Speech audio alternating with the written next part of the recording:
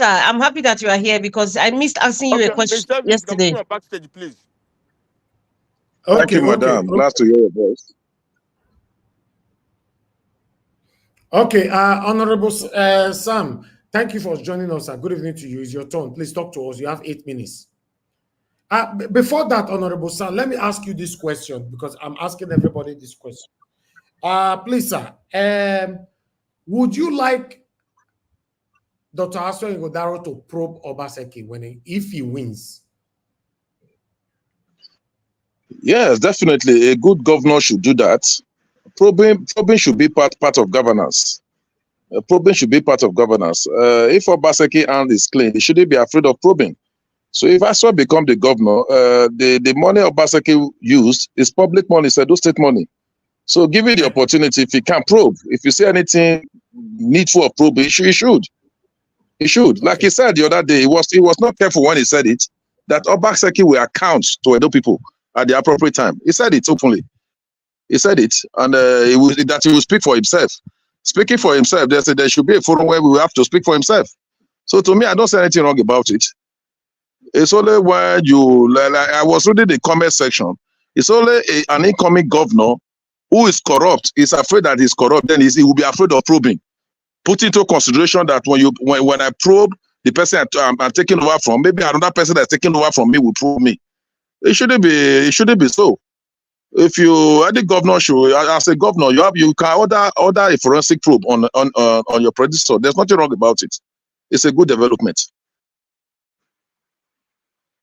Okay, thank you very much, Honorable Sam. Go ahead with your submission. You still have your minutes.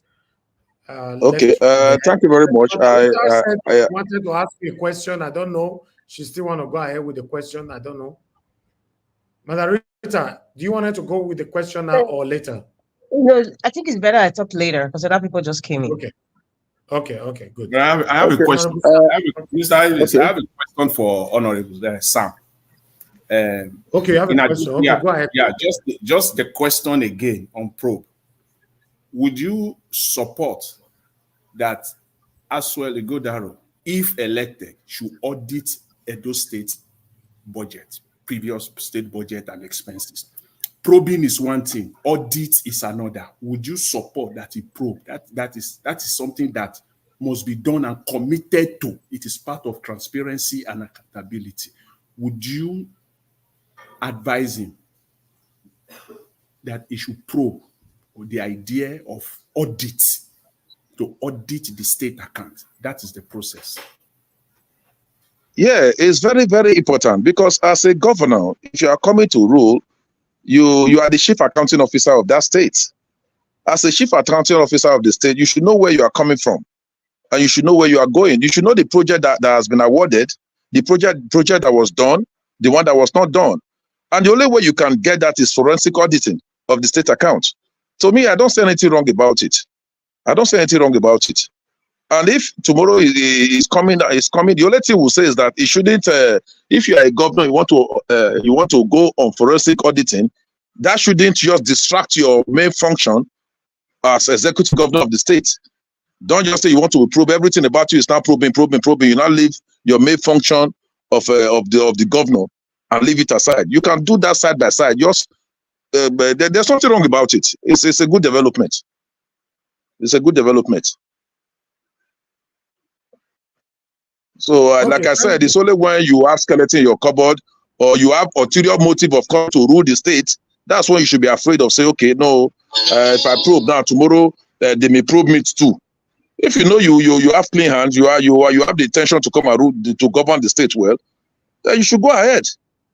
And if you are probing the account, anybody that is found guilty and there are things that needs to be unveiled to the public, it should do it. That's what the Abia State governor is doing.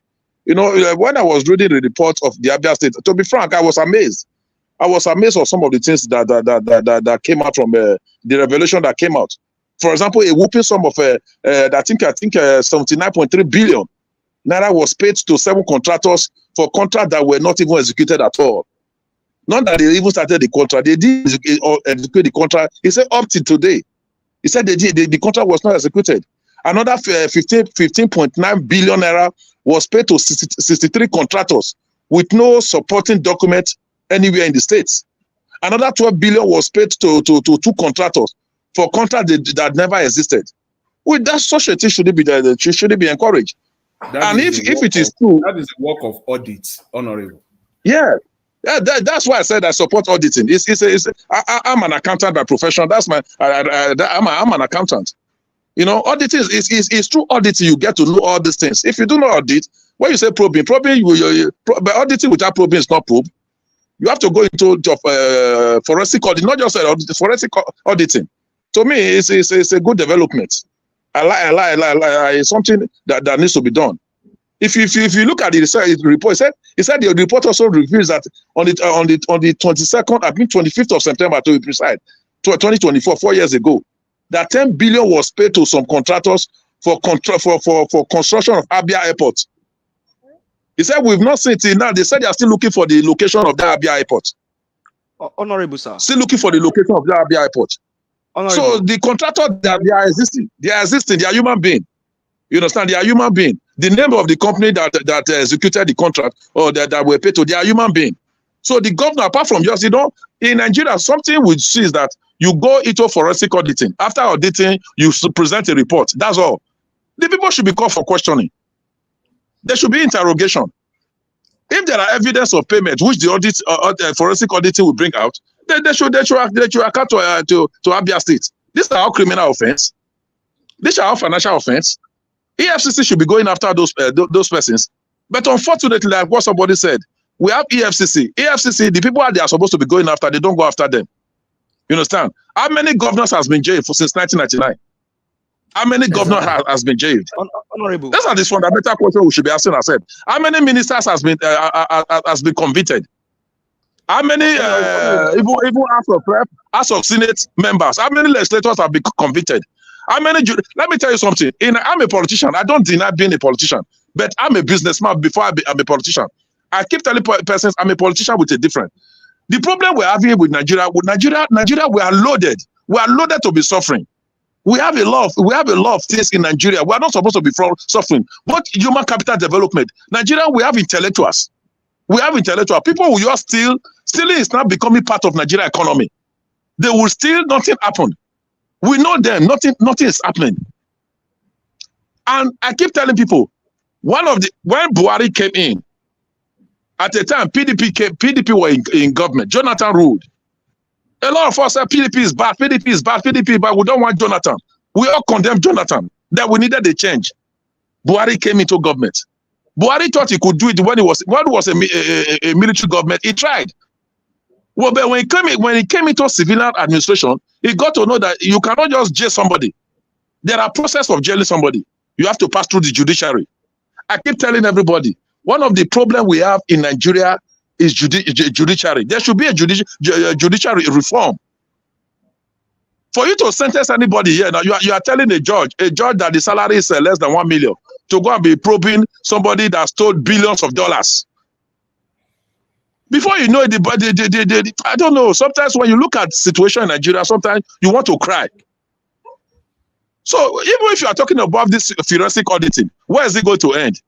Do Abia State governor has a right to put them in jail? No, he cannot. He can only bring the results and submit it to the appropriate authorities, either to the financial crime or whatever. At the time you take them to court, what happened in court? You and I know the results.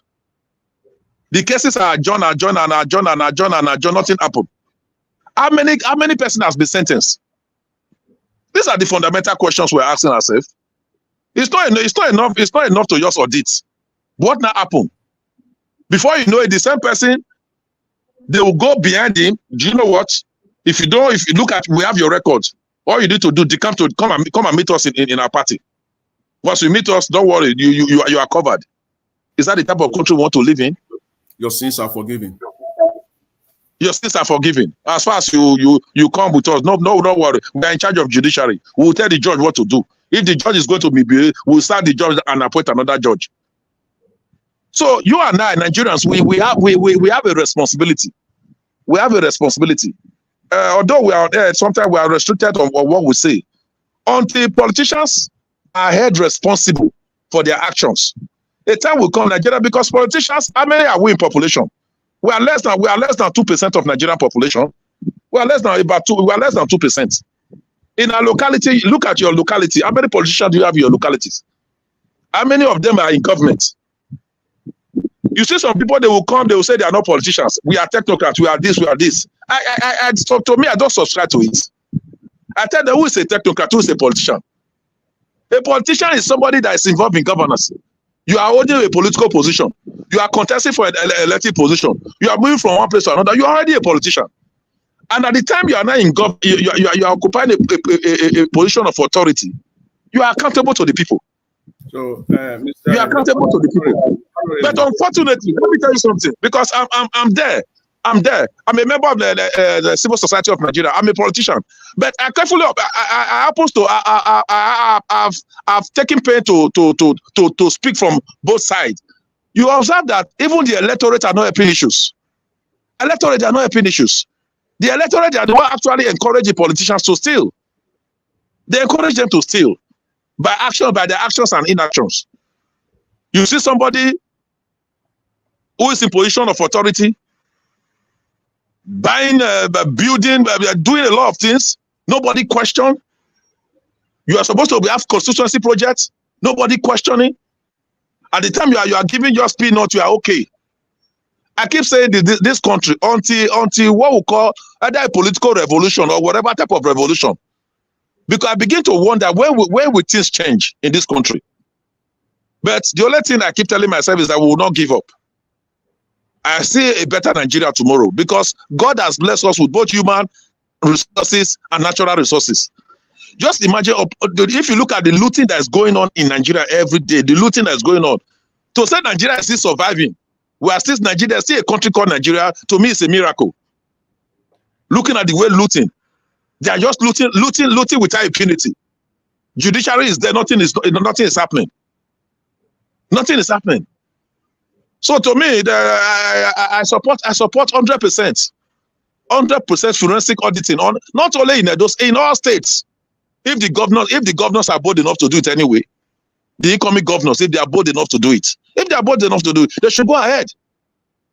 At the time you are auditing the person you are taking over from, what are you saying? You are telling the person that is going to take over from you that I'm subject to auditing. That is accountability. That is accountability. So to me, there's nothing wrong about it. I approve of it 100%.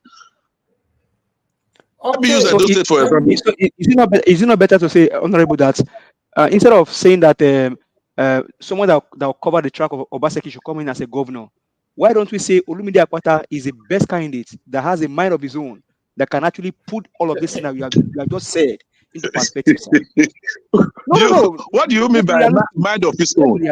Hello. Governance is so very complex. It's not the way some of you look at it. What does Olumide Akpata, what does he know to become the governor of Edo State? I want somebody to come here. Hello. You brought him. I try as much as possible. I've tried as much as possible to talk about him. My major interest is my candidate, and I have given reasons in this program why I believe Aswa Igodaro is a better candidate. If you believe Olumide Akpata, if you believe he's better and he's your candidate, approach him. He should come to Nigeria and tell us what he feels he can offer to Nigerians or to Edo States. Governance, without I told you, you must have experience both in the public and the private sector for you to be able to rule Edo State, a complex state. Otherwise, when you go there for the next 1 year, you won't even know what to do. I've served in the local government. I've served in the local government in the local government. When I was a councillor many years ago, it took us over 6 months for us to understand what is happening as small as local government administration is all about. There are a lot of things that are hidden from you. So sometimes that's why in the United States, for example, they have what called the ruling class. They have the ruling class. You see them, nobody can just jump into governance the way you like. No. You must have had some experience for you to know how the government is run. Otherwise, if you just come from nowhere and come into government for the next 1 year, 2 years, you are bamboozled. You won't even know what's happening. So call your candidate. If you know he has something to offer, call him. He should come and tell Edo people, I'm happy that Nigeria wash is being washed by millions. Let me ask you this. Now, let me Yes. tell you this. Allow me, sir. Maybe one minute, sir. Allow me, sir. Hello. So, I don't know who am I hold on, sir. talking with. Who am I? Let I me say thought there's a moderator. There ought to be a moderator in this. Honorable, hold on, sir. Now, Olumide Akpata has everything. Who am I talking? I like to know who I'm talking with, please, if you don't mind. Give us our mandate. Give us our mandate. Is one speaking. So, Olumide Akpata is Mister, give us our mandate, please. May I know your name, please? If you don't mind, please. I beg of you. Okay. I'm Honorable Sam. Let me finish. I'll tell you my name. So, Olumide Akpata is a man for the job. And I tell you what, he has experience both in private and in public office. Olumide Akpata built school in Edo State. Okay, thank you. Olumide Akpata challenged. I bet you, not even Obaseki can challenge Buhari. Olumide Akpata did it, and he's still working. When you have your floor, I think my time. I don't know if my time is over. I'm the one that's supposed to be speaking. Like I said, I'm not against. I've never spoken against any aspirant or any candidate. I told you. I have never spoken against any candidate. I salute the courage for anybody to come out and say, I want to be the governor of Edo State. You went for primaries. I've contested an election. I know what it is to go for primaries. I know what it is to be nominated by your political party. You understand? It means you've got something up there, you know. But no matter how, three of them now, we have three major candidates. Before now, we normally have APC, PDP. But thank God today, Labour Party has joined. We now have three major candidates in Edo State. Edo State people will decide. You know, very soon campaign will start. They should come out and tell us what they can offer. What they can offer. I will appreciate if Nigeria Watch can invite, if Nigeria Watch, because under normal circumstances, I expected Olumide to contact Nigeria Watch, not even Nigeria Watch reaching out to Olumide, because it is being looked at that Nigeria Watch is like a labor, although I wouldn't call it a labor party. It stands for support for obedient movements. Let me put it that way. So it should come to this place and tell us. It should come to this place and tell us what it can offer. Okay. It should tell the people what it can offer. Can we move on now? Thank you. Off the mic. Thank you, Madam Origi, for calling back again. Please, only 1 minute now. Thank you. Oh, it's Nigeria Watch. Thank you for picking my call. I wanted to talk to Honorable Sam E.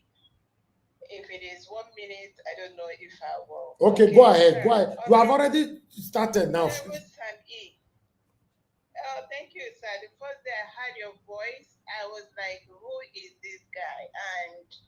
And I've been listening keenly to your voice, sir, and I really appreciate you. I appreciate the fact that because what stood out for me was you came in with one person called a pastor. And the pastor began to talk, I began to listen, and my stomach was turning because I am a Christian. I am a proud Christian, I own it. And then when you began to speak, and I began to look at you and the pastor, and it was like, something is wrong here. So that made me, I began to respect you. And I also began to look your PDP, sir. And I go straight to the point. I really, really think that you could be in the category of Mr. Oti, Mr. Gregory Obi, and a few people in these political parties that are well-meaning. But because of where they are, and I bring this, you see, tribe, religion, and now political party is added to the pain of Nigeria. Because one of the things I differ with what you're saying is when you're defending PDP, and PDP and APC are the major pain in Nigeria. If Mr. Oti was in PDP, he may not have won this election one. And if he even managed to win, they would not have, because of the dues of the party money that they have to pay, tax, pay. By the time they've paid all the pay, there is no money left for governance, and then they siphon the rest in their pockets. So my question to you is, how can you, if you're a well-meaning Nigerian that is in politics, help? Because we here in Nigeria, we are all about the people. Now, as we are talking, we are about the Edo. I'm not from Edo, but I am for Edo people and not for any politician.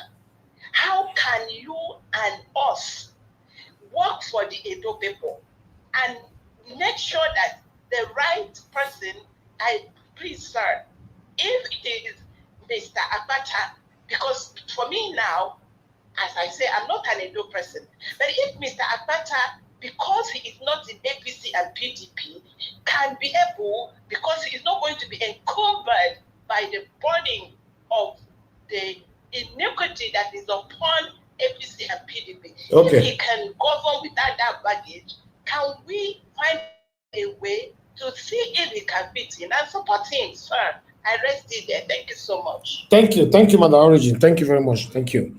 Okay, we lost Honorable there. Hopefully, he will join us back soon. But still, let me move on to the next person. According to the people on the panel, let me call on Mr. Alex. Mr. Alex, it's good to have you on the show. Please, I'd like you to talk to us. Good evening to you. Yes, can you hear me? Yes, can you hear me, sir? Okay, thank you, sir Najawash. Thank you so much. There is I agree those on the panel, those on the comment section, viewers worldwide and our enemies. Thank you for taking our time to join us. And for me, we have to continue to educate ourselves here. We have historians on this platform. We have public administrators. We have lawyers. We have doctors here. We have medical doctors. And we have humanitarians and activists. Using the word, for me, American ruling class, for me, is a slap on citizens who aspire to become anything in life. Nelson Mandela said, sir, he told the judge, he said, I dream of a South Africa where anybody can aspire to be anything in spite of the color of its skin. He said, this is a vision that if need be, I'm willing to lay my life for. Abraham Lincoln was born into poverty. He was self-educated. He was born into poverty. Poverty. He was self-educated. Do you know what it is to pay your own school fees? Do you know what it is to send yourself to college? Have you been through that? No, you don't understand. You know, when people, for me, they kind of mingle a little bit, they forget their history. J.F. Kennedy was a journalist before he became House of Representative member. A journalist. And journalists those days, even till now in some quarters of the world, they are not well paid. They survive on, handouts from businessmen and from people who want to advertise their product and political class too. But he became an American president. And people tell us, there's a ruling class. What does somebody know to be a president? You don't need to know anything. You just have to be compassionate. You just have to be loving, caring. You just have to see people suffer and you cry and weep and say, how can I help? You don't need to have all the degree in the world. According to my own history. You don't need to be a billionaire. Coming from the house of Caesar to become Caesar doesn't mean you will not give to Caesar what belongs to Caesar. Caesar only come to collect. They only come to collect. It's a poor man's child that comes to power, and the Bible says when the righteous rule, the people rejoice. That is my thinking. Leadership, all the books I've read, hardly you see people come from aristocratic background and deliver good governance. Hardly. It's rare. It happens, but it's very rare.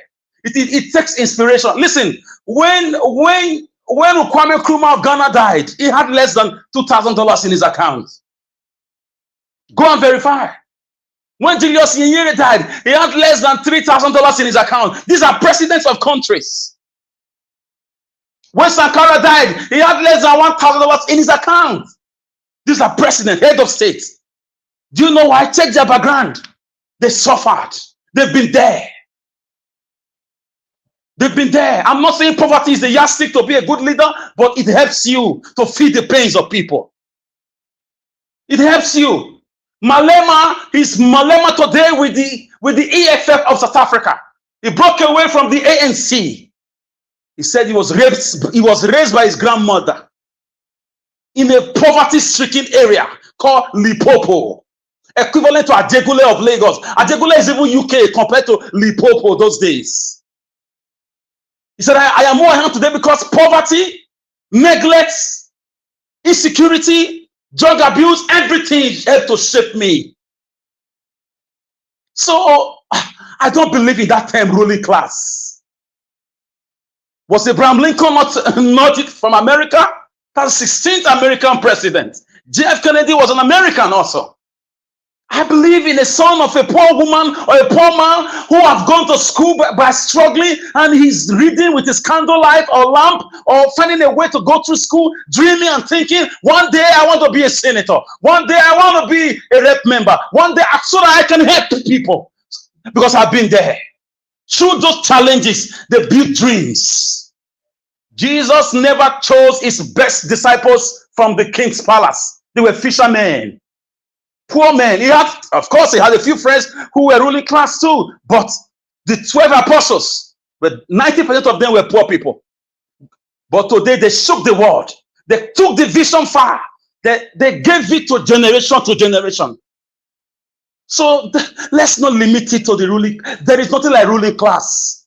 It's an academic nomenclature. Yeah, it's just a terminology. It's an abstract word. If there was a ruling class, Abraham Lincoln would not dare to go close to that ruling class. He lost election about 6 or 7 times. He broke his spinal cord at the time. He lost his daughter. He went through a lot. He became one of the best American presidents ever.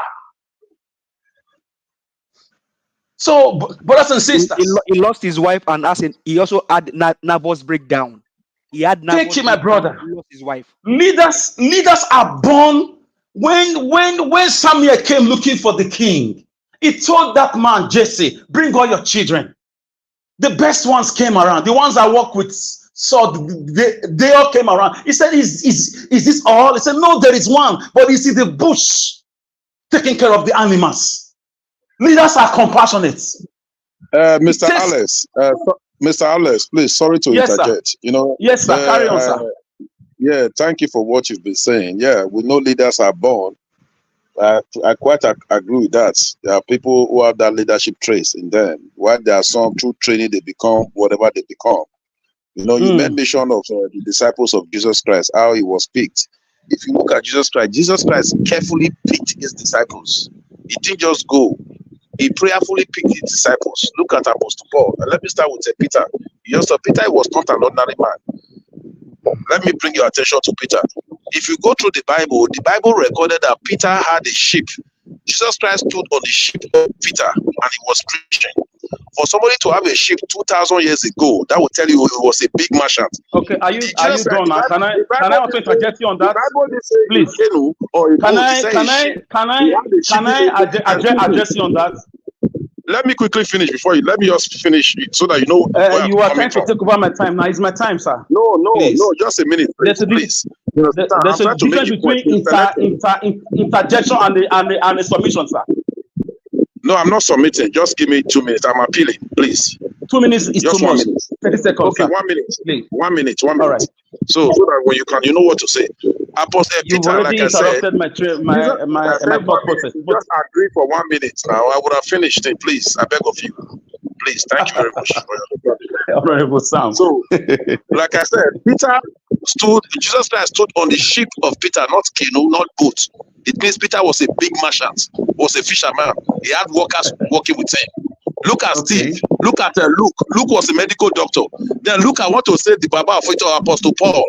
Apostle Paul was a legal luminary, was a PhD holder. You understand? A PhD holder. It's on record that Apostle Paul wrote more than half of the New Testament in the Bible. If you read the book according to Paul, can I continue, sir? Thank you. Thank you very much. Yes, thank you for that coming in. But for me, I thought you were going to interrupt me about Sankara of Burkina Faso. You interrupt me about Abraham Lincoln, who was self-educated. Open your Google there. Okay, should I continue now? No. It's my time. It's my time. If the moderator gives you time, you can do that again, sir. I'm a trained political scientist, and I know this tactics you are trying to use, sir. I'm sorry. With due respect, let me just continue, sir. We are all politicking. According to Aristotle, man is by nature a political animal. So I understand what you're doing, but I'm not against you. Have that in mind. But we shouldn't sell it, because there are many poor people's children who manage to have 200 naira data, and they stumble upon these videos and they get a couple of things from it. Don't kill their dreams with that ruling class mentality. Don't kill their dreams. This is why people now say the education is a scam. Don't kill their dreams. Don't limit it to you must be a merchant. Peter had a ship. Peter had a skyscraper. Don't limit it. That's my point. Allow them to dream. The man that said I had a dream that one day the former slave owners' children and the slave children will sit down in one place. Didn't it happen? Martin Luther King Jr. said he had a dream for the black people. Leadership is all about compassion. It's all about, feelings towards people. This is what moves people. Malema in South Africa today, who is doing great things, speaking truth to world powers, speaking about Palestine and Israel, telling the world bodies what to do and what not to do. He was from a poor background. He said, I suffered. I saw the repressive apartheid regime. So it's not about limiting it. I'm not against rich people. I have them as friends. But that's not how I was taught in school. We cannot dream. The sky is big enough to fly. The son of a woman who is at the marketplace can dream. The daughter of a man who is a carpenter can dream. Jesus, for God's sake, was born in a manger and he saved the world. Jesus was the son of a carpenter, for God's sake. The man you call savior of the world today, the man we all believe today, was born very humble, from a humble background. So people should be allowed to dream. Kill that ruling class. No. We kill it. Let people dream. Good dreams. Ruling class are not restricted to the rich men. Get something straight. You are getting the own narrative wrong. Okay. But from the way people are turning it around, why can't you allow me finish? When is your turn? You respond to me, sir. You are interrupting my thought process. I did not interrupt you just now. I let you speak. I could have done this to you too. No, I'm not. I'm helping people to dream. Children of the rich men. That's not what I meant. Allow people to dream. We don't intimidate people. Don't tell them you have to be ruling class. Don't tell them you must have a PhD. Don't tell them you must be a billionaire. Don't tell them you must have a CV that's intimidating. No, let them with their BSc, with their OND, with their school certificate, let them dream. Character is what matters, not the size of your bank account. Character is what your antecedents. What have you been doing in your home, in your life? It's not about degrees. You've made mention severally. Mr. Najawas, can I go on with my submission? Honorable, please. Speaking because of your please, can I go on my submission, please? Can I go on my submission? Honorable, off your mic, please. Off your mic, sir. Thank you, sir. Mr. Alex, thank you. Round up 1 minute. Okay, thank you. Telling me what does somebody have to be a governor? That's a boogaboo that should be poo-pooed by every cosmopolitan Homo sapiens. It's a boogaboo. People that came as nationalists to give us Nigeria, where many of them were doing menial jobs in America. Not the Azikiwe. Name them. They were all doing menial jobs. It is a passion. Your passion is what makes you succeed. Your push. It's not your aristocratic background. It's not the level of degrees you have. It is the zeal to help. Jesus said, the zeal of your house has consumed me. My Father's house shall be a house of prayer, not a den of thieves. So let people dream. Let the poor people allow them to have chance to dream. And anybody can be anything in life.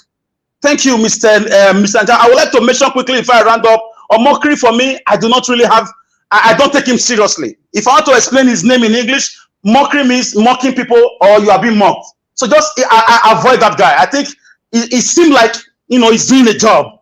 Because at the time he endorsed Mr. Peter Obi as a nice guy, he endorsed Atiku at the time, he's just a political rolling stone. And the rolling stone do not gather anything. So I think we should not take him seriously. As for me, please, Edo people, open your eyes. Open your eyes. Don't allow affliction to come a second time. If the state was great, the governor will not be running a task to endorse one candidate. He will allow his party to choose the right people. Thank you. Okay, Mr. Thank you. Mr. Najawa, sorry, I just want to quickly say I'm going to be taking my leave.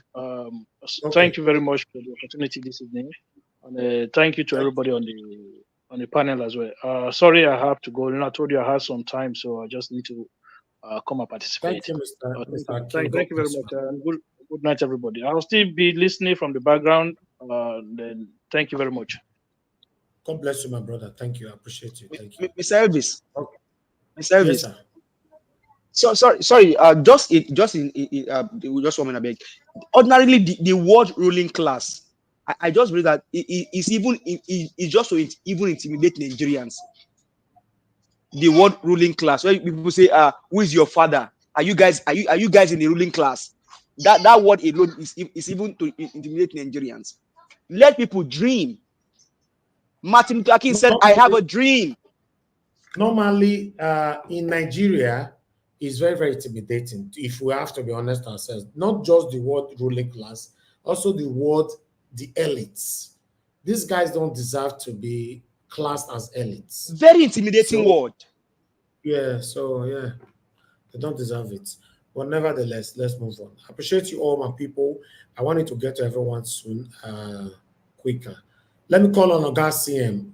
Thank you, sir, for your time with us. Good evening to you. Happy Sunday to you. Unmute yourself, talk to us. Then Black Panther later on. Okay, thank you very much, Niger Watch. Good evening, everybody. Please, all protocols duly observed. Niger Watch, you don't I want jump to. me. Okay, Chris, yeah. Oh. No, Oga CM, continue. No, yes. After Oga CM, Oga Chris, Chris Dublin.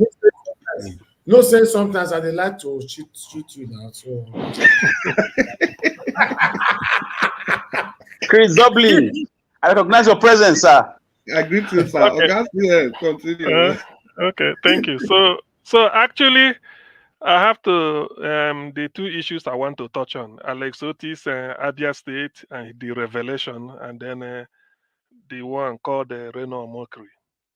Yes, I listened to Reno Mokri's interview with Sheon Kimbaloya earlier today. I don't know, it popped up on my system. I listened to him. You see, like I've always said here, people will always remember me for that. We don't manufacture news here. It's not a factory. Whatever Niger Watch shows puts up for the day, we must have had it. Either it is trending all over the world or in Nigeria, or he beams it from Arise or any other reputable mainstream media. The articles, the same thing. I think either Prime People or People's Digest, Sahara Reporters, anyone. So whatever it is, he just like he's trying to tell us, this is what I have for you. We've already seen them or listened to them. But what we do here is the perspective we bring to it. Some of this news or the articles, they are written in English. Most of the people listening, English is not their first language. So we try to interpret it and analyze it the way we see fit and point them in another direction so that they have to consider, not to change their point or not to change their what is it called, their viewpoint about what happened, but just for them to consider, say, look, when you know this, there's other way. You see, this brings me to what Reno Mokri said. In that same interview, I have to say it like this. He compared the three candidates. He said Peter Obi is the least educated. That Atiku, his principal, because he still paid loyalty to Atiku for till whenever. Say whenever Atiku calls, he will listen. He said Atiku has a master's degree. Peter Obi has a third class, or was it 2-2 from one? They just dismissed it, which is second class lower philosophy, University of Nigeria and Soccer, 1984. He said Tinubu is of the three. Atiku has a master's degree. Peter Obi has either second class or second class lower in Nigeria in philosophy, or then Tinubu has a first class degree from Chicago State University. So I want people to follow me, do this analysis. Reno Mokri said Atiku is his man. He won't disobey, whatever. he goes to him. He will always campaign for Atiku. That why he's listening to Tinubu or following this, because Tinubu is doing something good. Now, Reno Mokri, let me remind those listening. Atiku went to pilgrimage. I call it pilgrimage, it's my own description. He went to Chicago State University. He showed Chicago under deposition, for those of you that are lawyers, under oath. Chicago State University, in this case, the person they appointed to represent them, said whatever Atiku is flashing before them, which Atiku took from INEC as belonging to Tinubu, he said whatever Atiku is holding, he said it did not originate from them. They didn't issue the certificate. Do you see it? Meanwhile, Reno is still saying that that certificate is first class. You see, why I'm saying this is that I don't like to suffer fools gladly, especially when I know that I'm holding you by, I don't know, by the most, holding you at the most vital part of your anatomy. See, people will now ask, which first class are you talking of from Chicago State University? Okay, even if it's not first class, it's something higher than first class. But the university say it didn't come from them. So who is original now? That is to tell you sometimes, or not sometimes, but in this case, the messenger is more important to study. Leave the message. Study the messenger. Moderator says something about Wenden Sinling. We know all those things. I don't want to go back to it. There's something that happened in California. Wenden Sinling, all those nonsense. Forging so many things. You see, why we have to bring this type of thing up is that some people are not ashamed. Ordinarily, I won't be saying anything. Any person who want to defend Tinubu, the least you could do to fool yourself is to mention certificate. You could say, oh, Tinubu is tarring the road from Nigeria to heaven. You can be saying all those things. Forget about his record. Today, in this day and age, April, I think that interview took place today or recently. Reno is still calling Tinubu a first-class degree holder. Hey, Jesus Christ. Wonder shall never end. You see? So that's why I have to bring it. I want to bring this so that people will also factor this in when they're analyzing Reno or Mokri. It's a shame, really, but that is where Nigeria has come to. Now, there's one contradiction I can never understand, which is regarding to Alex Oti. I was listening before. Somebody came here.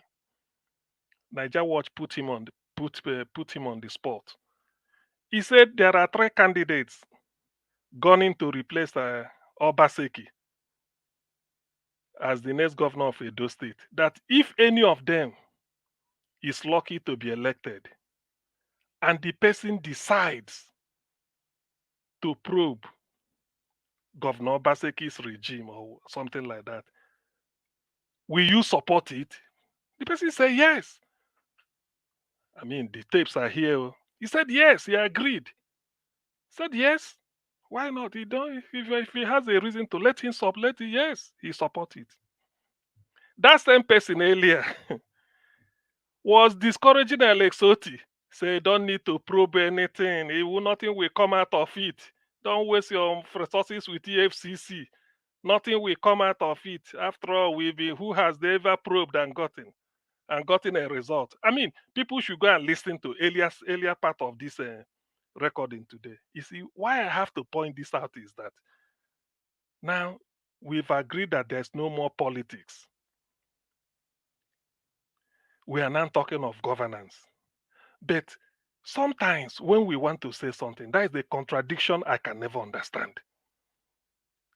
At one time, you are proposing, you are in support that whoever comes in, let the person, you support the person if you want to probe Obaseki's administration.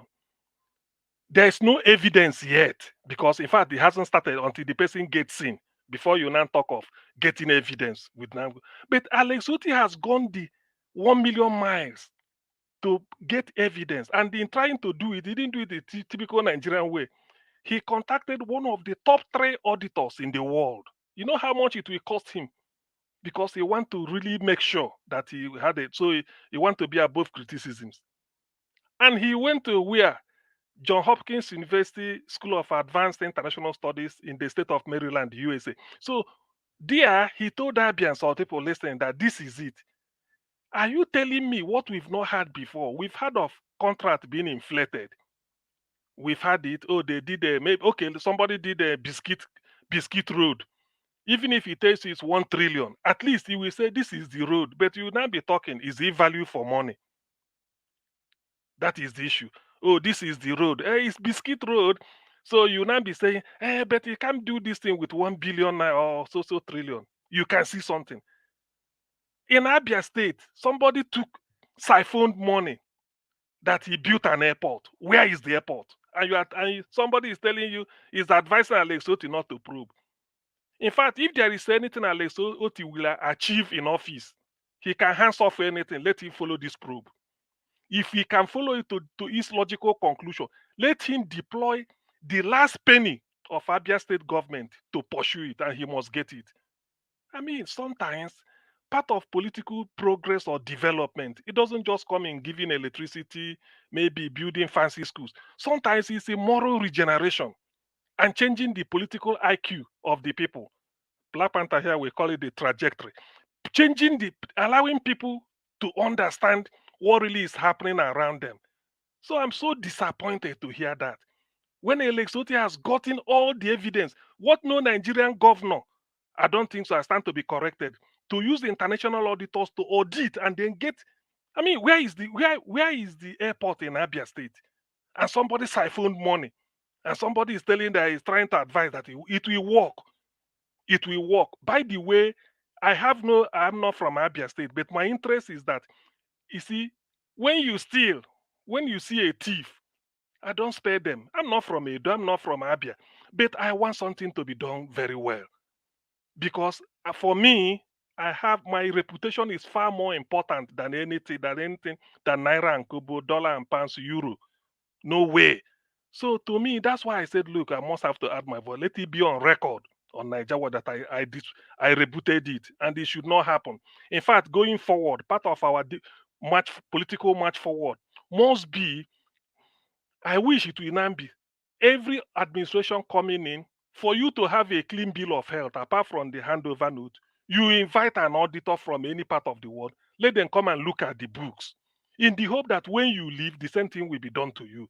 I mean, those who are the call of Levi in the Bible, those who are sick, those who are well have no need of physicians, but those who are sick. Christ has not come to call the righteous but sinners to repentance. So while you don't have to fear anything, that should be our political culture, particularly in a country like Nigeria that is endemic with looting, crude stealing. That's what you stole what you need, what you don't need, what your children need, what your children do not need, what your children's children will need, what your children's children will not need, what the next 1,000 generation will not need. You are stealing it and packing. What sort of country is that? Please, Alex Oti, you are the man now of the moment. People are looking up to you. You've done the hard work. The attorney general, like they say, should take it up, and everybody will be turned to Abia. February 26th this year, the whole Nigerian tuned to Abia to witness a commissioning of the geometric power plant. This time, everybody will be looking in the direction of Abia, not because of anything, to know how this probe will go. It's a shame that we can come under whatever guise to come and encourage looting. It might not be directly, but this is indirectly. You don't discourage that somebody tried and didn't fail, mean that another person cannot try and succeed. More so when this is a new political culture, Labour Party is trying to bet. So to me, if Alex Oti will do this, and I believe he will do it, that will be the best. He will continue to be at the summit of Nigerian political consideration. So to that extent, Niger Watch, thank you for bringing it up. These type of topics I like to discuss, not just a case of maybe they didn't taro. These are bread and butter issue, although they are good, but we want to see a way how we are going to change, to educate the people here so that they can now start to ask questions that matter, and then look at the gray areas where people ordinarily might not think of looking at. It's a very, very important discussion we are having this evening. I'm so grateful for the opportunity to join my voice to yours so that Nigeria, the journey to liberate our people, will continue to be kept in motion. Thank you very much, Niger Watch. I stop here. Hello, Chris. Yeah. Okay, Chris, you can continue now. I finished before Niger Watch comes in. Thank you. Okay. Chris, before you continue, Chris, sorry, just 1 second. I just want to acknowledge the Honorable. Like I said yesterday, Honorable, I like you. And you are proving it once again and again. I hope you will not go and disprove it and throw it somewhere. I like you because I love the way you put things together, and I see that you want a change. But sometimes the political base, you just crinkle an eye on the political base a little bit. But I believe you still want a change. And I'm not disputing that you are going for any candidate. It's your choice. But I believe you have that element of change in your being. And I like you for that, because that's what I discovered before I said I like you. Welcome to the studio once again. God bless you, sir. So can I continue? Yes, you can. Yes, you can. Yeah. Good evening, everybody. Good evening, everybody. Yeah. Black Panther. I think the honorable, the accolade you gave to the honorable is in order, because the very first day that he came here, we also expressed the same view. I expressed the same view because he was able to feel the impulse of the discussion and appropriate adjustments were made.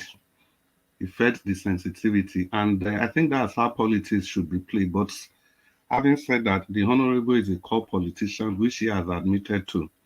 So we have to look between the lines in whatever position he deposits here. First, I'd like to start with Barrister Michael Zekome. And Nigeria, thank you very much for the, what will I say, for the update that you gave us. Because when I read that particular piece, I was also you saw it before? Yeah. In short, when I was reading the piece, I was shameful because Barrister Michael Zekome is somebody that I so much believe on, because I followed him for a very long time. So I'm so happy. He just made my day for letting us know that he has debunked that piece. So I'm so happy with that. So I'm glad. And next, I'll just move on to Reno Omokri. Now, we have to put the facts together. For Reno Omokri, can we actually justify the fact that some people, maybe one or two miscreants, and are we even sure it was an obedience that did root that? Because we knew when Peter Obi was gaining so much momentum, a lot of people, infiltrates, I'll call them, they were all over the place creating accounts, pretending to be obedient, and using that to cause discord between ethnic nationality in the countries. So that could just be a working theory. And the main theory was that now we have to say these things the way they are. You know, the story actually started when Reno Omokri, somebody accused Reno Omokri of having another child from another woman who was not his wife. And Reno Omokri initially denied. It's there for everybody to read. Initially denied. So it was this same daughter now that somebody said they were going to harm, which is also very wrong. So all this led Reno Omokri to become very furious and decided to channel all his anger, not to the person that said that, but to the whole obedient movement, to the whole opportunity to turn the country around, to the whole opportunity to save him from being in exile because he cannot get a fair and just treatment in his country. Now, the person that was supposed to ensure that, because of one event, Reno Omokri decided to turn around and make sure that this person does not get to power. That is how myopic, that is how small the average mind of us, every one of us can be. Yeah, did somebody say something? Can you hear me, sir? Yes, sir. Okay, thank you. Please, I want to leave the platform for you guys for 1 hour. I want to do some finesse. Please, August CM, help me to take over the platform, sir. Thank you very much. God Okay. bless you. Okay. Thank you. Thank you, Niger. Thank you, Niger Watch. May Chris, just 1 second. When you are through, I think the next person is Black Panther. Black After Panther, Black, then everybody have talked, then you give everybody, final submission to the rest people. then we start. Okay, that's okay. Thank you, sir. Continue, Chris. Continue, Chris. Thank you. So that is where we are coming from with the case of Reno Omokri. So it's not just something that came out from the blues. That is the history of that story. And for whatever it is, whoever wrote that against his daughter, it's a very bad thing for the person to have gone to that extent. But it's equally even worse for Reno Omokri to lash on that, to start spewing lies against the person of Peter Obi. It's completely wrong. Politics shouldn't be like that. Then, concerning the ruling class, I think the problem is that, Mr. Alex, thank you very much for trying to make us understand that you don't really need to be in the ruling class before you can perform well in governance. Actually, the Constitution of the Federal Government of Nigeria says that to even become the president, all you need is a secondary school, not even that you must pass, an evidence that you are tempted, and even an equivalent of O level. This is what Mohammed Buhari lashed on. There was no requirement for having any political experience, any ruling experience.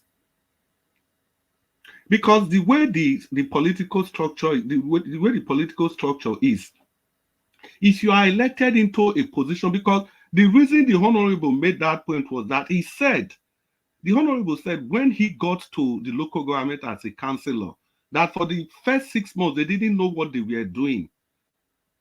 So he believed that it is better you come from the ruling class so that you're already prepared to be part of governance, which is a complete fallacy. Because in local government, in the state level, in the federal level, there are administrators that are already there. For example, in the states, you have the permanent secretary and all the paraphernalias of civil servants. So what the politicians do is to go there and use these people to implement the manifesto of the political parties. That is simply what the politicians, that's what they are supposed to do. They go there and use the instrumentalities of these civil servants to administer whatever the manifesto of the political parties are. So that is why some of us are very, very livid when state executives refuse to conduct local government election, like Obaseki did. For how long? They were just running this local government as a one-man show, which is not supposed to be. And again, Mr. Honorable, a distinction, because I can see the comments you are posting on the private chat. A distinction must be made between the political class and the ruling class. The ruling class, they don't necessarily have to be in politics, because what you are posting there is the ruling class. You see, there has to be a clear-cut dichotomy, because we are using these two terms loosely. The ruling class, you can be a big businessman in a state. You are not involved in politics, but you are the background, controlling the politicians, sponsoring their elections. But the political class are the people that are actively involved in politics. So a distinction must be made between these two sets of people. So that is why I support Mr. Alex, because it made it clear you don't need to be anything. You don't need to. It's not. There's no basis for argument, because the Constitution already took care of that. Then I move to EFCC. Look, we have to be very careful when people come to the panel to make general statements. Because this same person, Mr. Alex, Dr. CN, you refer to, is the same person that said it doesn't matter if they are local government chairman, if the state executive conduct local government election or not. This is the same person, is on record. Unfortunately, he's not here, so I can't call his name any longer. This man is known for making general statements like this in order to defend a particular position. Now, he just wrote up the EFCC that how many people have they convicted, how many, it doesn't matter. No, it does. Nigerians, I give you a list of 5 governors that have been convicted by EFCC. Starting from our own Igbenedion, who went in for a plea bargain, Joshua Dariye of Jos Plateau, Ibori Onanefe. We know what happened to him. He ran away from EFCC and he was convicted in the UK, but it's still part of the EFCC's job. Got about Alamese of Bayelsa State. And of late, Ojus Okalu. So how can you just write off the EFCC that what will the probe lead to? And again, we must understand that the problem is not the probe. The problem is not the EFCC. The problem is the political class, because they manipulate the EFCC to do their biddings. If you allow the EFCC to work the way it is supposed to work, they will be very, very effective. What was the reason why Yaradua came, why Obasanjo went for Yaradua? Yaradua was not on the race. He didn't print any poster. But at the Federal Executive Council meeting, the EFCC report, Obasanjo tabled the EFCC report in front of all of them. Odili was the top contender. And the report was there. They all stole.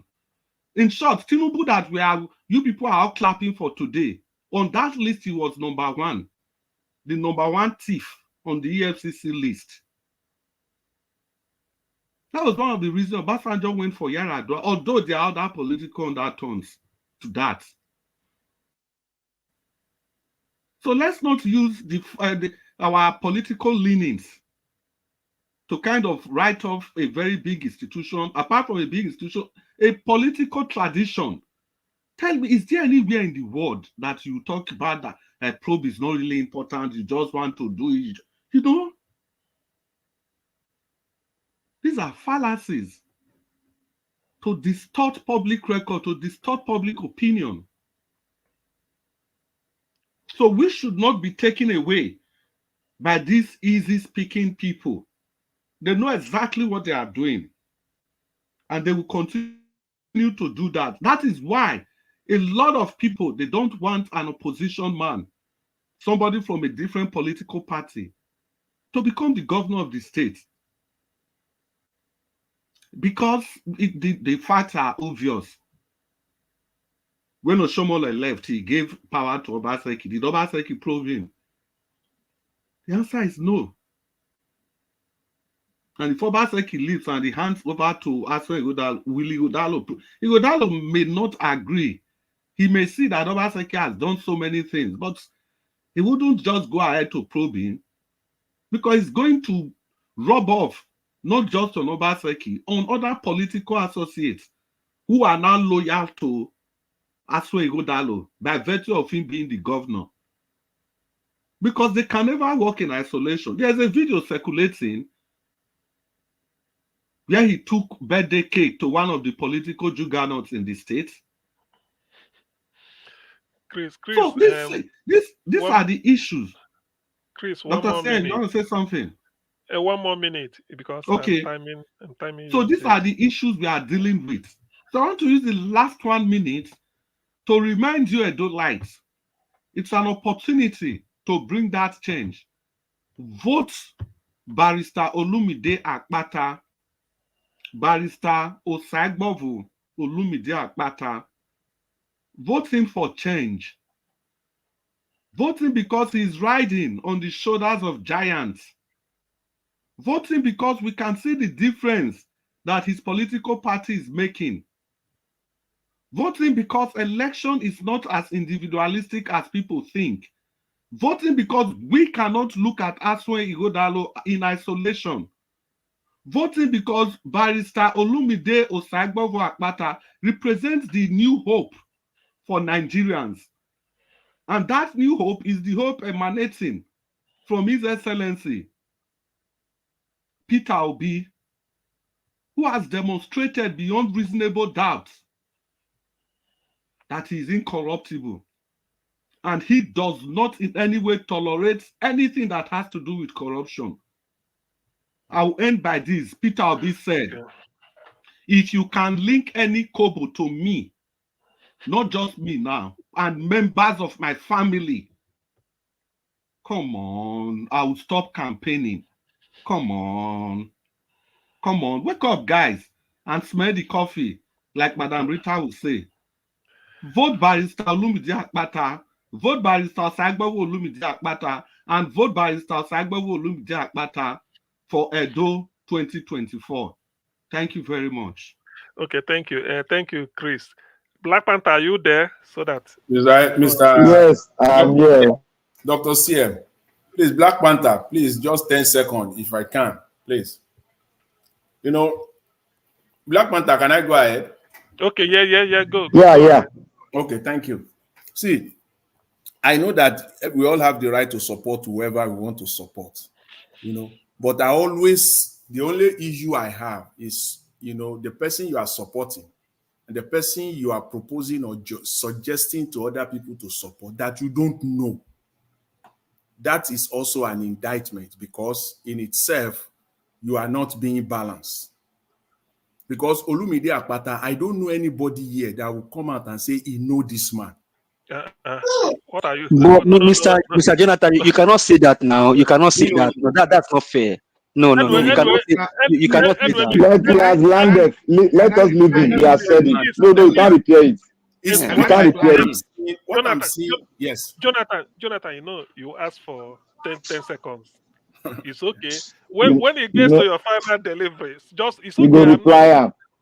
When it gets to your final delivery, you have about 5 minutes to be elaborate. Give us our mandate and Mr. Chris Dublin. It's like yes. Mr. Jonathan, who break. Mr. Jonathan, we know who you are supporting. Is the APC guy. So I'm not supporting APC. Dr. CN, if I don't reply him now, that statement will be the last thing on the minds of the people. Excuse me. I'm the commander-in-chief now. Don't be saying. Yes. Respect the commander-in-chief, please. I beg. So I'm the CNC. Anyway, Black Panther, it's your turn now. Please give us your what you thank you, Mr. Niger Watch. I will time you for thank you. Now. Okay. Thank you, Mr. Niger Watch, for giving us this platform, like I said yesterday. And I sent a comment down to you. You are an example. I say make I rest small. You they call my name Black Panther. You not go let me rest, eh? You say that network. So I want to thank you. I tell my son. I told him. Yeah. You hear me? Yeah. Okay. Thank you very much. Thank you. Go ahead. Yeah. So, Mr. Our CNC that have been promoted to the position of a CNC, I want to thank you for moderating the whole thing. I hope you are not going to put us into jail after doing your CNC, after your tenure. I want to thank all the people that have come here, that are dedicated, consistent, our professors, our doctors, and some people have been elevated to be doctors. I want to thank you all. You are all patrons. I want to thank the other people. God bless you, our mother. May God continue to strengthen you and give you divine health all the days of your life. To say here, I have not made a mistake when I gave that speech yesterday, my submission yesterday. I did not make any mistake, and I did not make any mistake by saying the honorable, I like you. Because from the content that comes out of a man is the image of the man. So I listened to the content that came out of you. despite we might politically disagree on some key areas. But overall, the content that came out of you is good. That's why I say I like you. And I want to say something about, before I move, I want to say I dispute with what you said about political, whatever, the political, there's one language you use there. And you, Mr. Sensi, can you tell me the language you used there? I forgot it. He said something about political class or something like that. Ruling class and then the elite. Ruling class and the elite. He said the ruling class. He said the ruling class in America. You see, if you, I told everyone here, if you don't live in a place, if you don't participate in the dynamics of the place, you have not gone to do your statistics. Don't ever push words to that place, because there are always people that will tell you that you are doing it wrongly and it's a lie. There's nothing like ruling class in America. I can tell you, people from an engineer is a senator, somebody who works in the kitchen in the restaurant is a member of the House of Rep. Somebody who cleared the grass is a member of the House of Rep, and so on. I can mention thousands for you. So please, don't say that. Even the current president was just I would think it was a prosecutor, and he was always going back and forth, and he decided to go in and look into the problem of his own constituency. That is how he became a senator. So please, you can speak about Nigeria, but don't focus on another. America is just a distinct itself from it, because what they are showing outside is different from what is on ground. And I want to say, I want to divert. I want to go to the gentleman that came here, the gentleman. I said it in my speech. I said, look, a lot of people don't know. They are frustrated. They decided to join the gang that is deceiving Nigerians. Because if you lose hope, and if you are speaking on Nigeria issue, you don't have solution, but you want to join the gang, you are irrelevant in the scope of affairs, because nobody will look at you. You are just like those. How can a Nigerian come here that, oh, we should not probe? That tells you that if people like him get into office, they are just going after the money. I submitted it here yesterday. And I said one thing before. I said they planted cell all over Europe and America. And they will show themselves because of the content that is inside of them. You will know a man that have solution to Nigerian problem inside. If he speak, you will know that this man will want change. So on that aspect, let us forget about that. Being one of the requirements that every incoming government should do, but should do it side by side with your developmental program. That is what will be said. And I was expecting them to say that, because it has been said several times. I was expecting to go that road, but they decided to run now on their own, because they cannot change Egypt to cement Egypt. So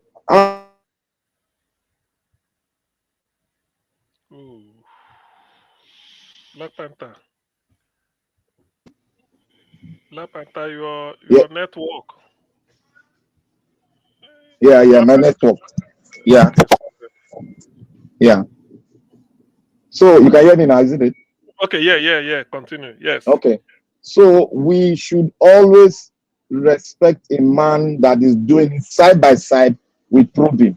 You can see the quality of the accountants, the guys that he brought in to do this rigorous, assessment of the record of the past government. That is the man that had the intellectual base that he has is accurate. He doesn't want mistake on it, and he doesn't even require the EFCC to call on the EFCC. What they need to do, they have the Attorney General of the state should go ahead and copy the Nigerian police.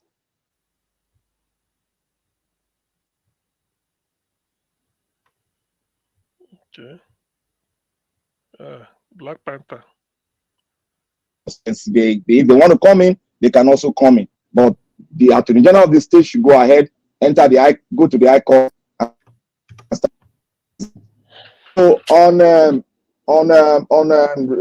Omokri, we should leave Reno Omokri because Reno Omokri we've seen his betters before, and those people are just under a curse because there are many children, but they are good children and they are bad children. I think it fall into the category of the bad children of the state. So I think he's a lawyer himself. I don't know. I think he's a lawyer because I heard somebody said from when I was reading some article, I think he's a lawyer. And these are one of the failed lawyers. If you see all these things, you know the reason why some people, I said one thing about lawyer, I will never allow my son to go into law. Never. Because Nigeria law system, Nigeria lawyers, 75% of them are just out of the scope of our reason. They don't know, they are not articulated, they are corrupt, and their sense of reason, they don't love their country. Rather, they want to just take money. They are more or less like the politician because a lawyer that loves this country, when you see a criminal case, the best bet to tell his client, in the US, they normally do, they'll tell you, look, go in there, let's go in there, say you are guilty, let's go for plea bargaining.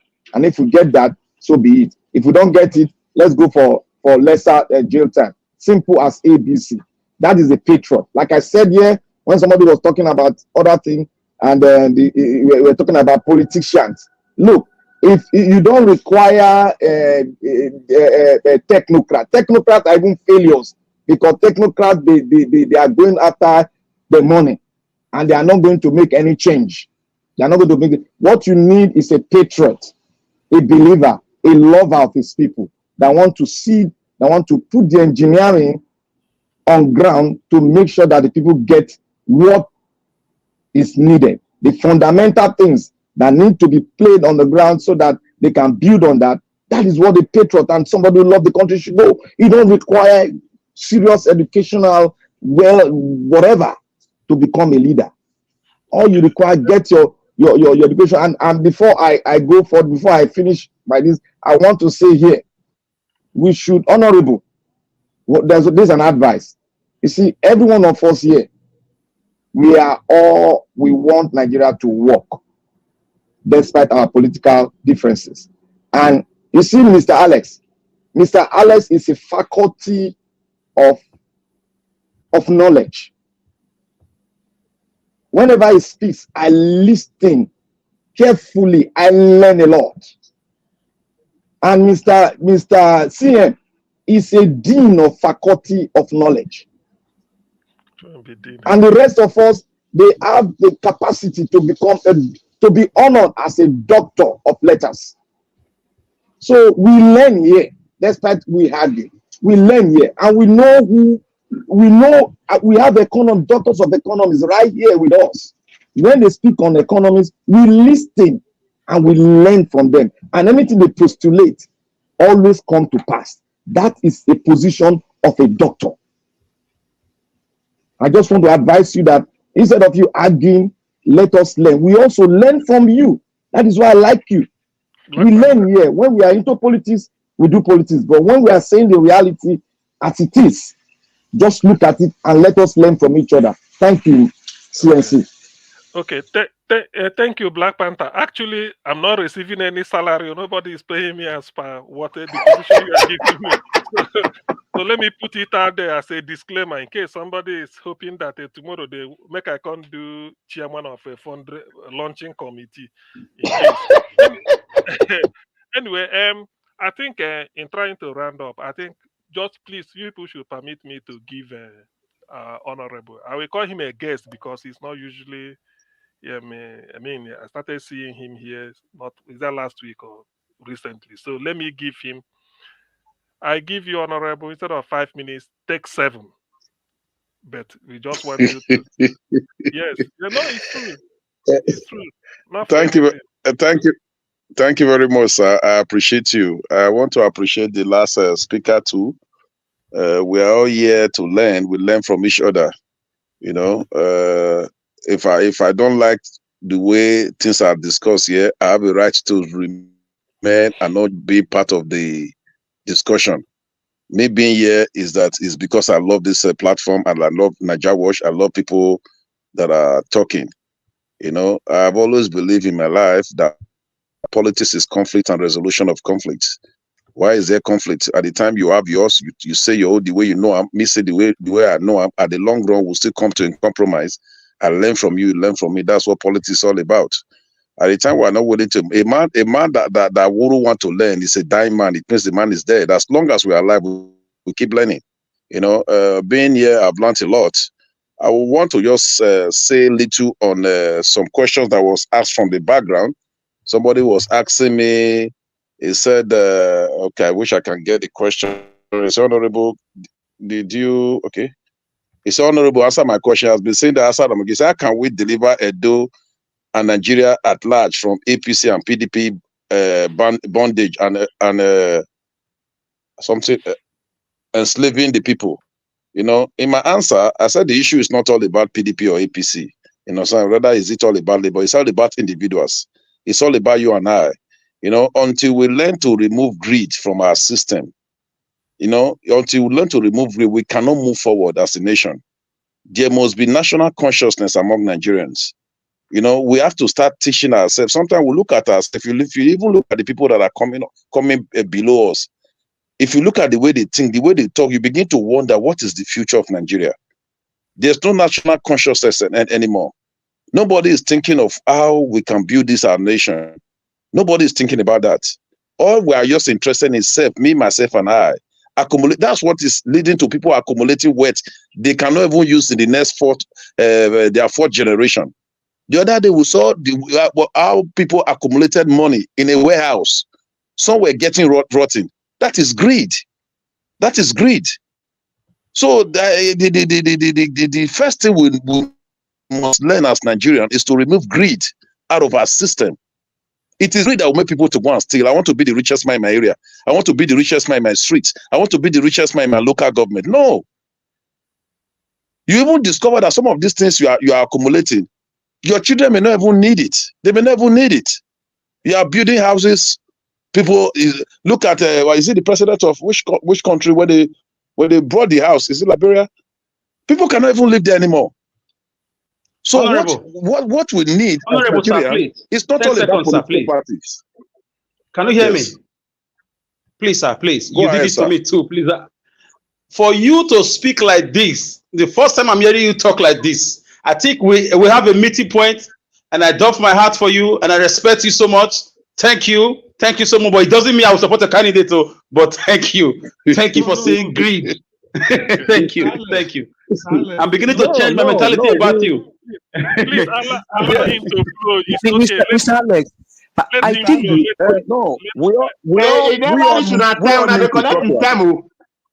I think the honorable said the honorable he knows it. They know the truth. They all know the truth. No, we are listen. We all know the truth. And your time to go. You people allow me to continue with my time. I think he's a nice guy. Please, what we are saying, Nigerian belongs to you and I. Most of you that are in the diaspora. If Nigeria is working, because no matter how comfortable you are, wherever you are, there's no place like home. You agree with me? There's no place like home. If Nigeria is working, all of you will come back home. You'll be proud that you are a Nigerian. The reason a lot of persons that move out of this country, apart from those that went for studies, a lot of people left because of hardship, because they look at Nigeria as not being working. I told somebody, they were talking about people coming all the way from the north to Edo State. We are seeing a lot of people from the north now. They were looking at the disadvantage side. I told somebody, I said, if not because some of them are here now, labor would have been problem. We don't see young men wanting to work anymore. The young ladies, I'm sorry if some of them are listening to me now, their professional is now runs. You don't see any girl going to learn trade.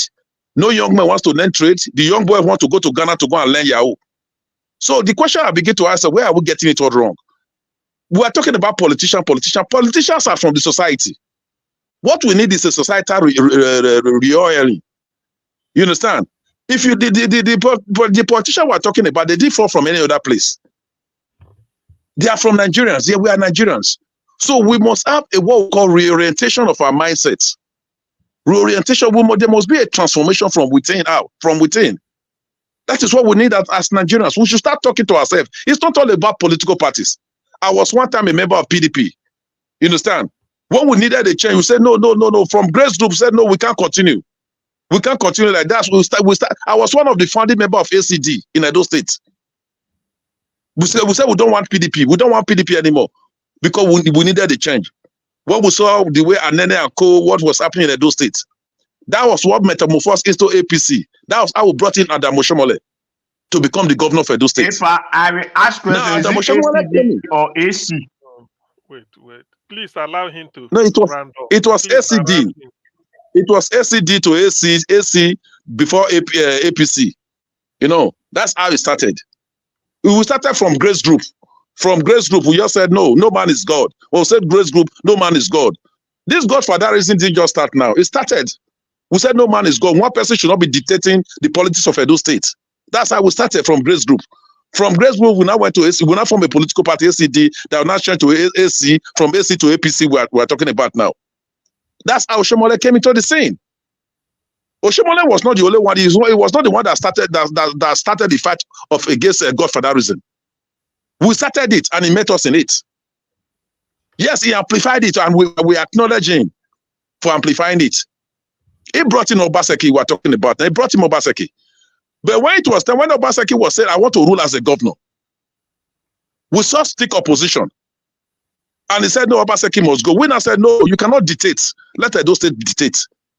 It was not clear that there was no way Obaseki would have won primaries in APC because we was dealing with the national chairman of the party.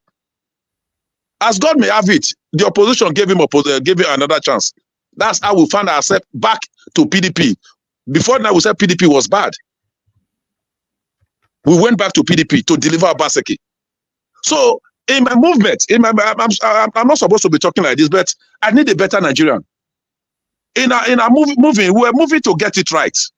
It's like a farmer farming a cassava. From cassava, I said, cassava, may I go farm yam? But until he's still a farmer. We are trying to get it right in Nigeria. That's why I tell people it's not all about PDP. It's not all about APC or Labour. Look at what's happening in Labour now, the national level.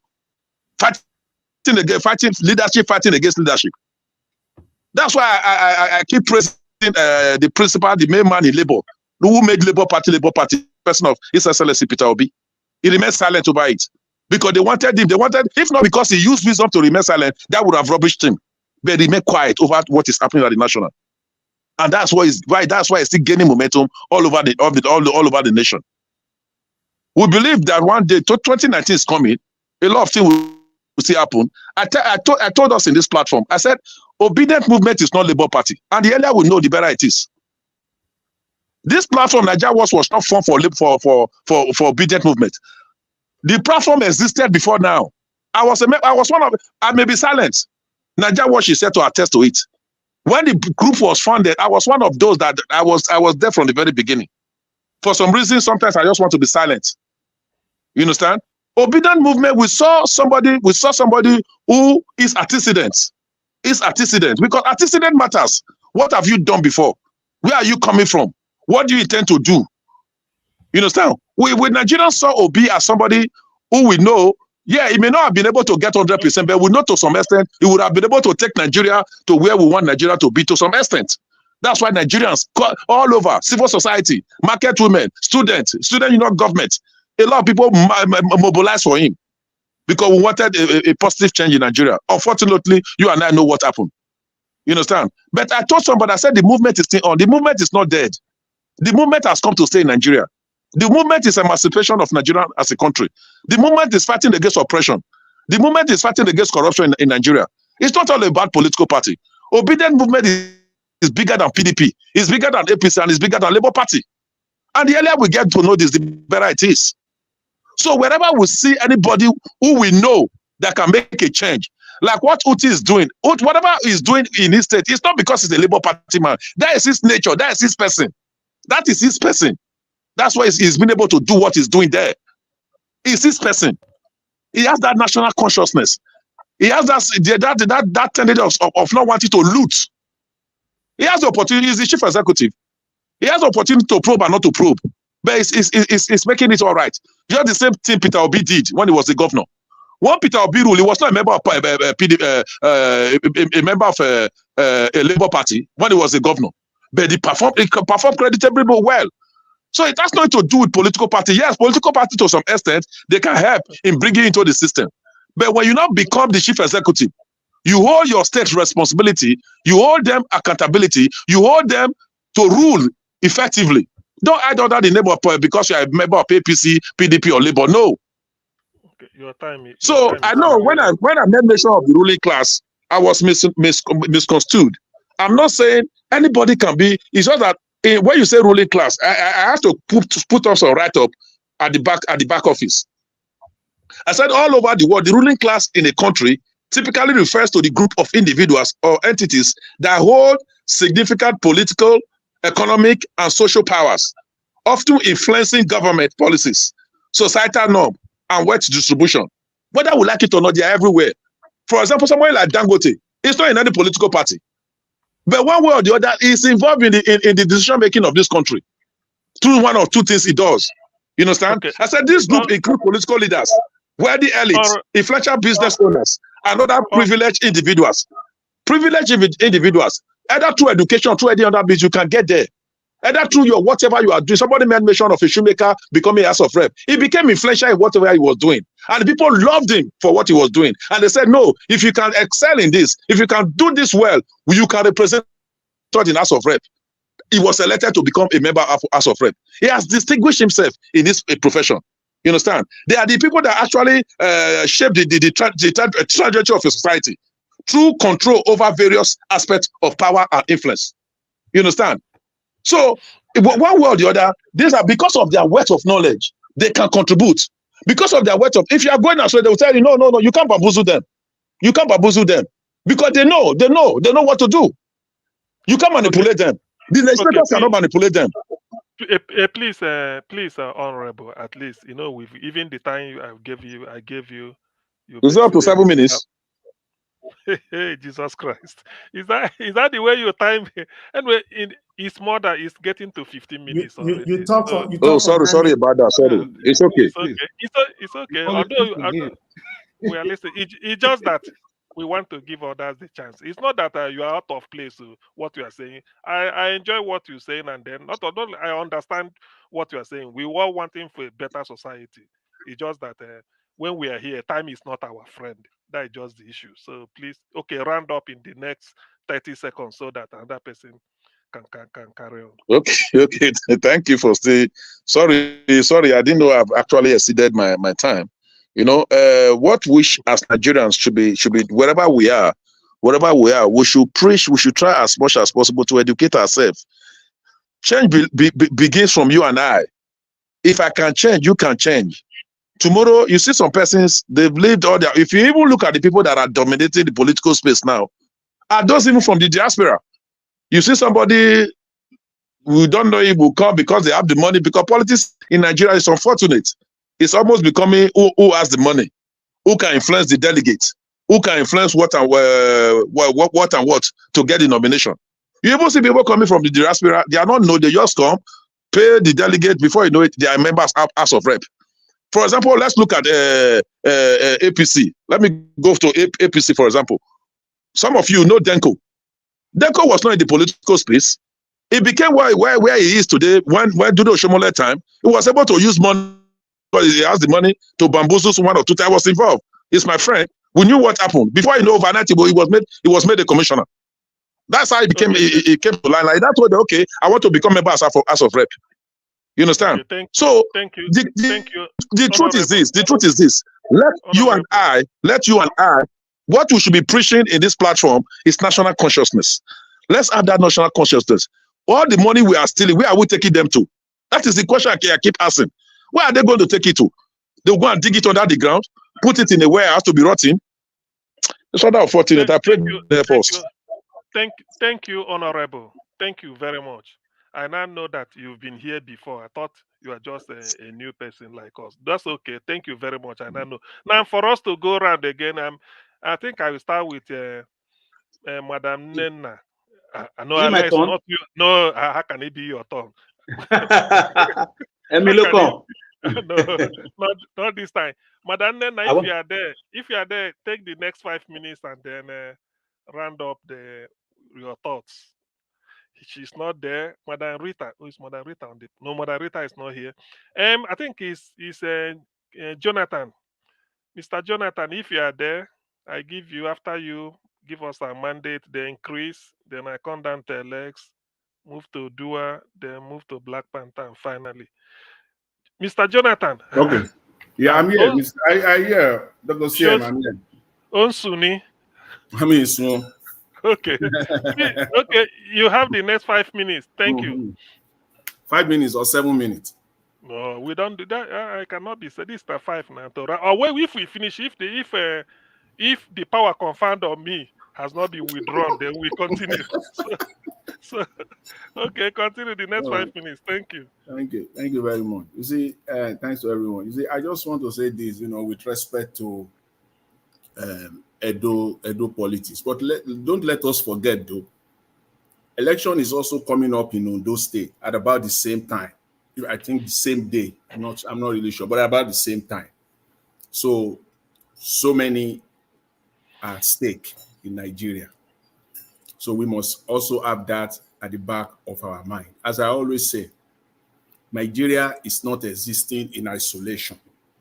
Nigeria is made up of states, and what happened in these states at the end of the day constitute what happens in Nigeria.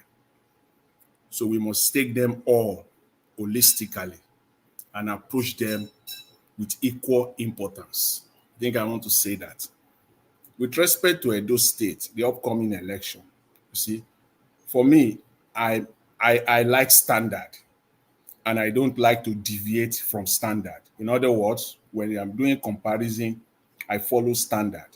If I'm using this standard to compare A, I will use the same standard to compare B, especially when it comes to politics.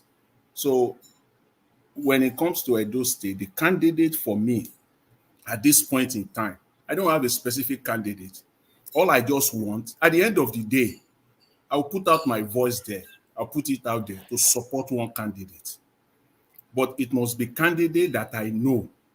This is the fundamental line for me, the borderline for me, and which is unnegotiable for me as a Nigerian going forward in Nigerian politics. This is not negotiable for me. Every politician in Nigeria must deviate from the status quo. It's as simple as that for me. If I see a politician today that deviates from the status quo, even if he will get one vote, he will vote for himself. The second one will be me. And at the end of the day, we'll get 2 votes. For me, that's the standard. All other things will have to follow under that. A politician must be ready to deviate from the status quo. Everything that everybody will say or they have been saying, we've heard it before, unless we just want to deceive ourselves. Unless we want to be romancing and bouncing and dancing in deception, self-delusion. We've heard it before. It is not new. The reason why Mr. Peter Obi today came out in 2022 to the limelight and become, for me, the top #1 politician, the most respected politician in Nigeria today, it's not for anything else. It's for the fact that Mr. Peter Obi deviated from the norm. He separated himself completely. How? He did what has not been done in Nigeria before. What we always say, if you find anything in me, I will stop campaigning. That is new. That is complete deviation from norm. That is in terms of character. He separated himself. In terms of policy, he said Nigeria must move on and Nigeria must move to production, from consumption because we are a massive consumption country, an massively import-dependent nation. And he emphasized it, that it will be from consumption to production, another deviation, and without any ambiguity. Mr. Peter Obi went ahead. He also said that when I'm in government, my family will not be part of it.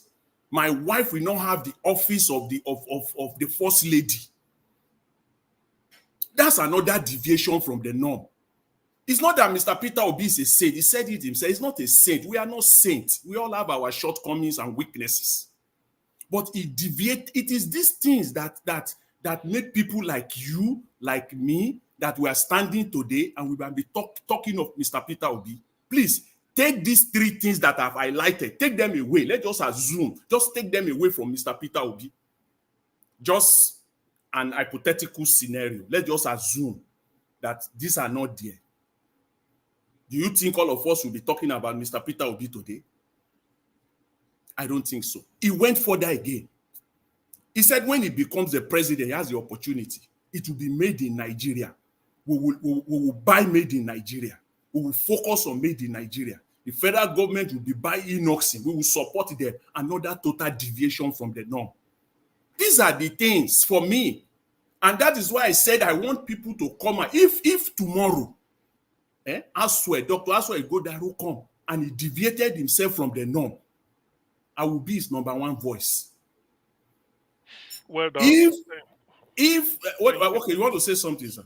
No, it's your time now. You know, say that. Yeah, okay. So if the same thing, if Mr. Akpata, Barrister Akpata comes out tomorrow and move away from the norm, I will be his number one voice. And I know no matter what, one or two or three people will listen to me. As a result of my voice, they will also vote for him.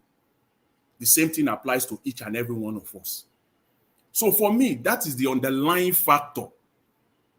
That is why I said I have to know the man that I want to vote for.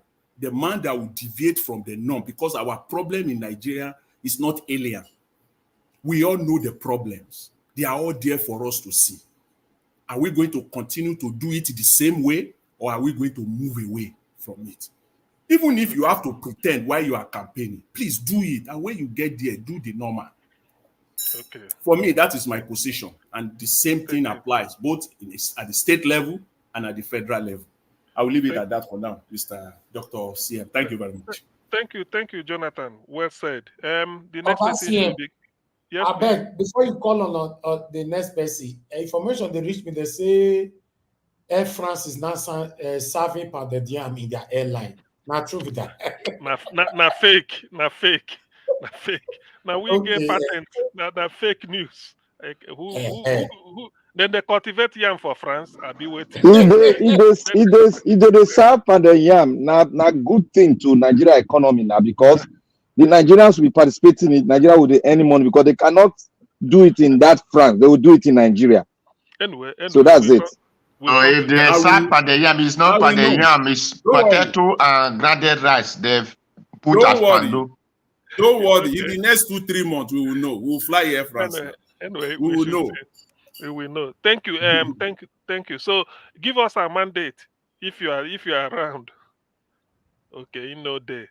Give us a mandate. I call you the next one. Give us a mandate. Okay. You don't sleep. Oga Chris, the silent assassin, the slow assassin. Oga Chris. Those are the Oga CM. Those are the people. Don't go anywhere. Don't go anywhere. Mr. CM, what Mr. Najawas could be, what Mr. Elvis said could be true. That they are serving, for the yam in Air France because of Air Peace. Please. Okay, I'm here. Please, let me. If I not talk for now, I be seeing C. So all this CM go stop for the moment. I be seeing C. So C. Okay, I'm sorry, sir. The commander. Biko. Aguna gumo. Biko nyemgo kairiri, sir. Thank you. You never holler. Give us a mandate. Take your 5 minutes past now, please. Thank you very much. Yes, please. Oh, sorry, please. We'll get back to you. It was. Thank you very much. Okay. I want to believe that Mr. Jonathan I know you know who Olumide Akpata is. I know you have an history and a good record of Barrister Olumide Akpata. I know you know him very well. You believe in the candidacy of Barrister Olumide Akpata. You believe that he's the only candidate that can change the trajectory of Edo State. Is he the PDAPC that want to bring to the market? How are they different from each other? Barrister Olumide Akpata has a track record. As it stands in Nigeria today, you are Yoruba man, Talon Bena Woju Ekun, who they carry fire, they show for tiger or lion face. Olumide Akpata dared Buhari. Hold him stand still. Can Asue Godalo do that?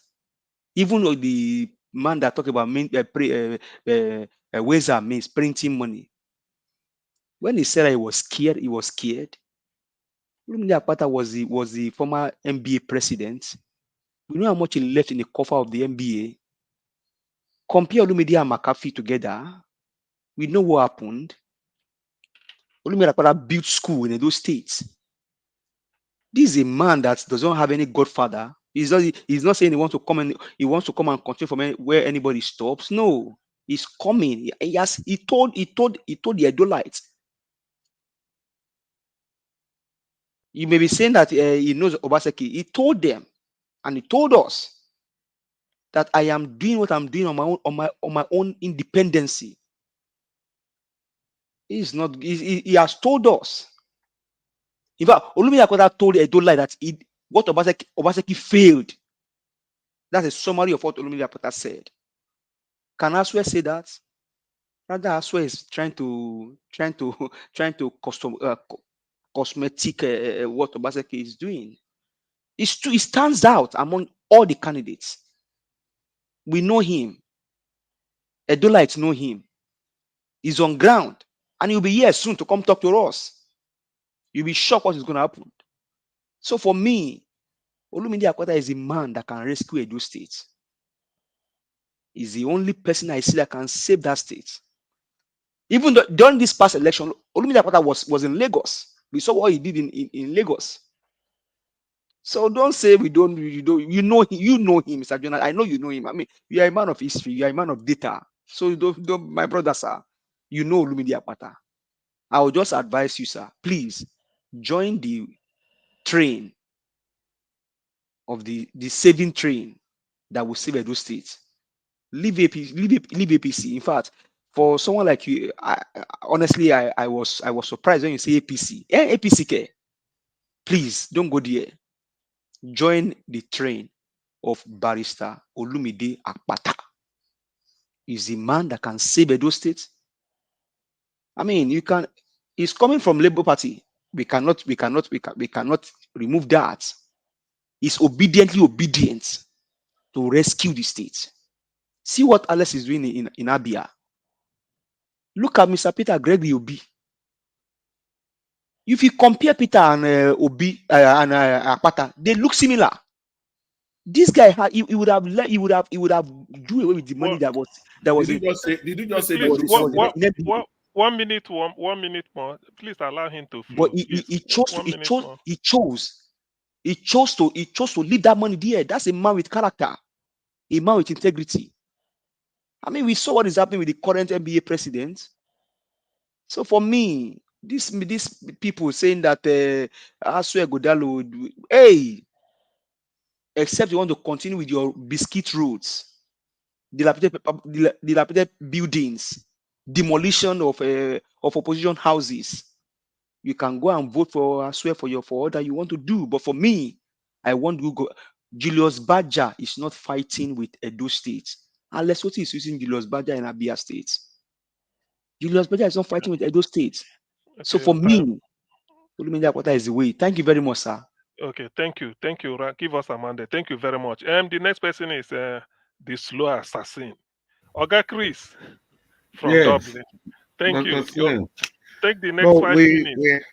For whatever it is, we try to be balanced and fair while promoting our candidate at every point in time. We cannot see the truth and run away from the truth. Augustine, please, sorry, Dr. Mr. Chris. You will allow me to respond to give us a mandate and Mr. Chris, please. Okay, later. Okay, yeah. Chris, you start now. Your 5 minutes start now. Allow now. You want him to respond or I should start? No, you start. You Okay. continue, Chris. Well, like I said, no matter our political leanings, we always find a way to say the truth. And now, like I've always said, from the very day one about Honorable Sam, you see, he's a politician with a difference, and that's all we just need. And for the fact that he is here, I know he's not here because he wants to come and participate. He's here for damage control. I know that.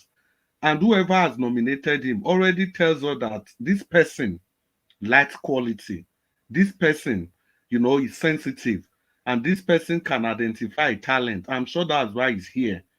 That is why he's there. So we must give credit to that person. But be that as it may, I know he's coming to clear the ground for Aswe Godal, but be that as it may, that's where it begins and ends. I just need to give them the credit for that. Because no politics of bitterness. Now, I was taken aback when Jonathan said nobody knows Olumide Akpata or whatever. I don't know to what extent or in what angle he was making that assumption. Olumide Akpata is well known. Actually, there is no, if you mention the 10 family names in Benin City, the Akpatas are there. That is how important that name is. That is how widespread that name is. So if you mention Akpata, the only question they will ask you is that which of the Akpatas? It's a well-known name.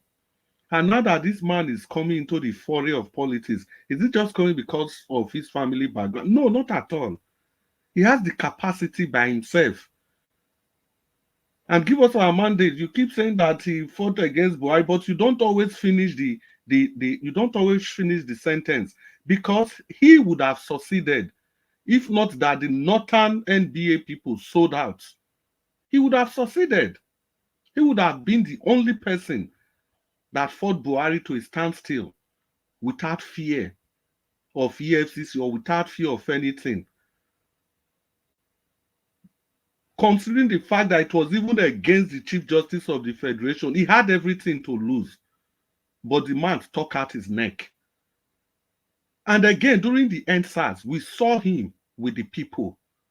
Olumide Akpata, Osagbovo took sides with the people during the EndSARS campaign. He was there. We saw him feeling the pain, feeling the pulse of the people. Where was the other candidates? Where were the other candidates, if I may ask? They were nowhere to be found. Even when the Igbos were being oppressed in Lagos, don't forget, Olumide Akpata was in a PDP government. But he went to speak for those people. Despite the fact that the majority of people being oppressed, they were all from the APC. They were all from Labour Party. But this man jettisoned political considerations and went out to speak for these people, giving them services free of charge, completely free of charge. This is Olumide Akpata. He has done this and he can do it again. He has repeatedly said that he is a man of himself. He has told us clearly that Obaseki failed. See, those are the kind of things we want to hear. We don't want any sugarcoating. If Obaseki has failed, it should be said. There's no need to be trying to say, okay, this, no.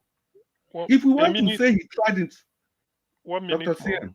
1 minute okay. more, continue. If we want to say that Obaseki tried in some areas, then it means nobody has failed since 1960, since the beginning of, because all of them, they tried in some areas. All of them, they did excellently well in some areas. So we shouldn't go that route at all.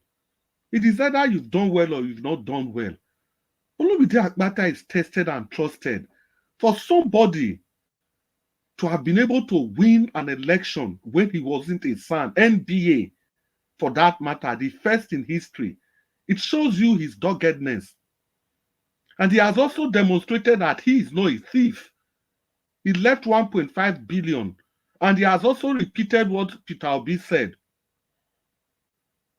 that he doesn't have any corruption case, any financial, economic misappropriation during his tenure, no scam, zero. So what else do you want in a man? And moreover, he's a complete departure from the status quo. How come we've all agreed that the APC and the PDP destroyed Labour Party, destroyed Nigeria? Now we have somebody that's completely coming from a new party.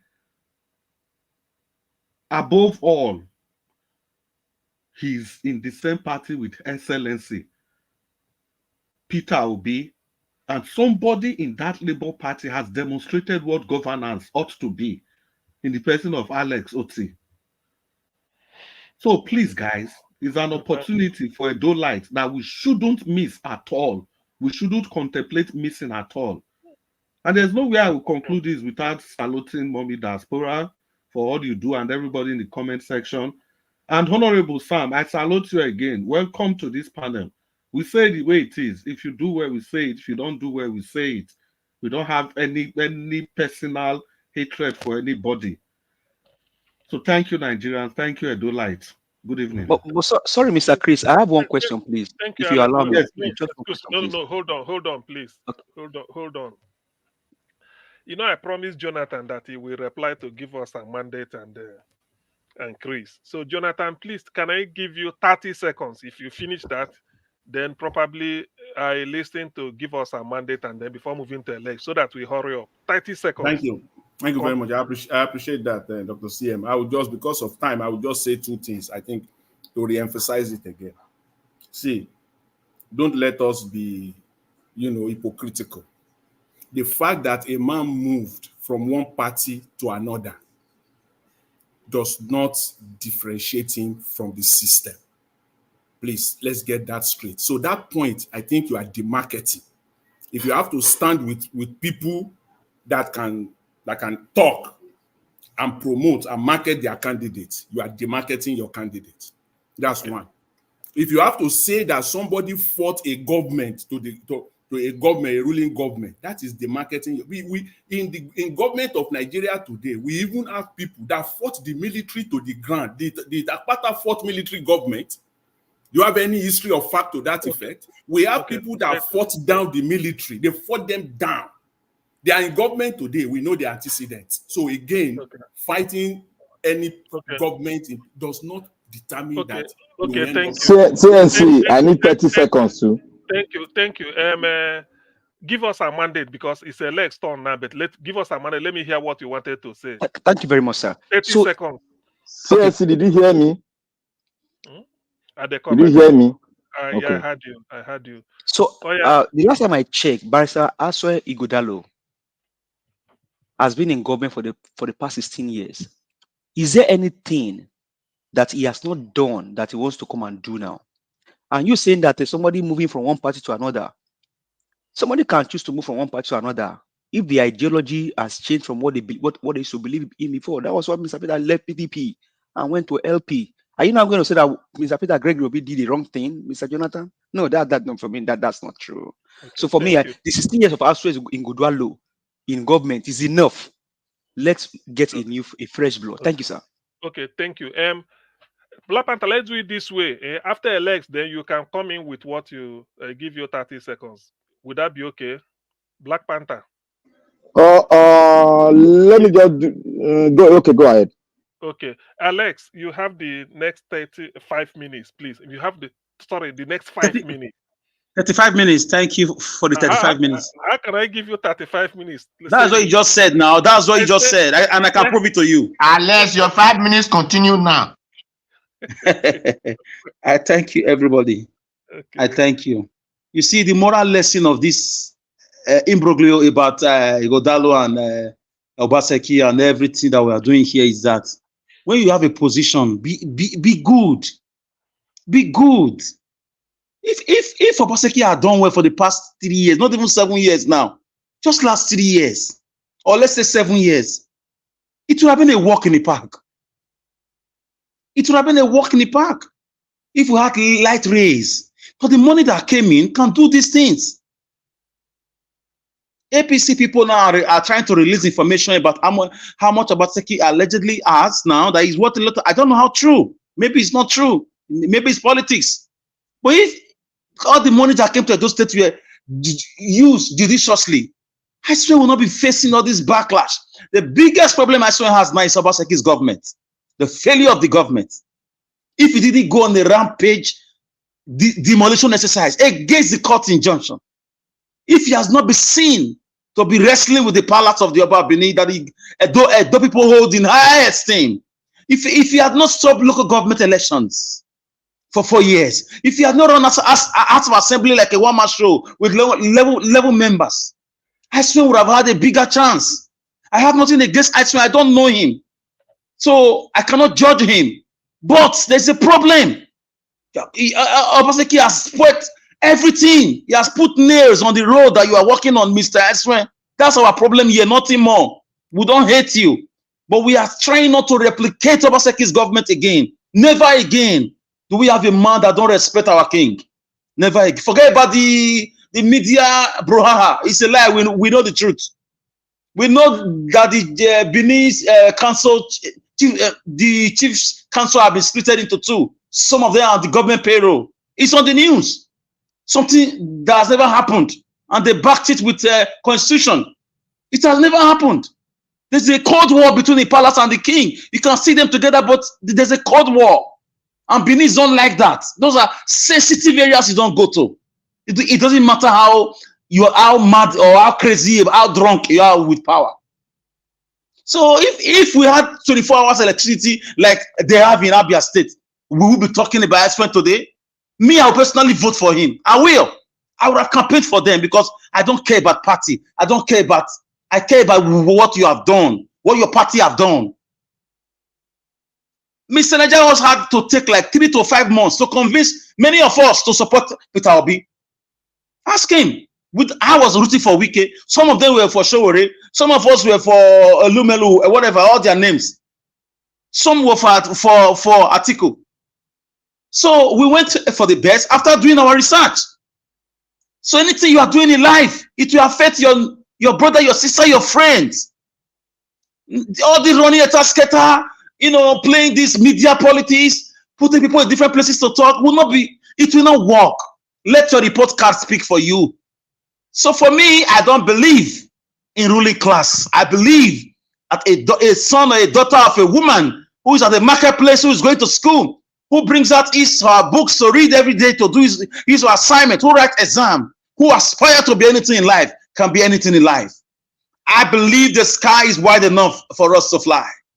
I believe people who fought and changed the course of history were not Aristos. Aristos are they don't care about human beings. Even the Peter, they said, had a sheep, he was a marshal. Peter denied Jesus 3 times. He denied Jesus 3 times. So Daniel was close to the king.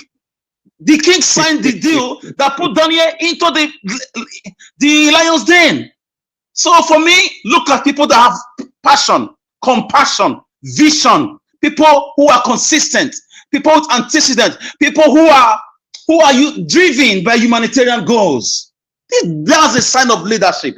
It's not about your fat bank account, your PhDs, you'll be chairman of this and that. No, we need people who are passionate. And I look forward to an Edo State or in Nigeria where political parties will not have to sell their form for 50 million naira or for 20 million naira. I look forward to a state or a nation where young school leavers or where people who are not from aristocratic or ruling class can obtain the form to be at the age of 25 to be House of Assembly members, at the age of 30 to be a governor, to be a senator, not when it's monetized. Our party politics is dirty, is rotten, is monetized. I'm looking forward to a revolution and a change of the system so that the best people can come around. Look at some of the best football players today. They are from the poorest of backgrounds. Name them: Ronaldo of Brazil, Ronaldo of Portugal, even Lionel Messi. The parents could not afford injection, medical bills to treat him as a child.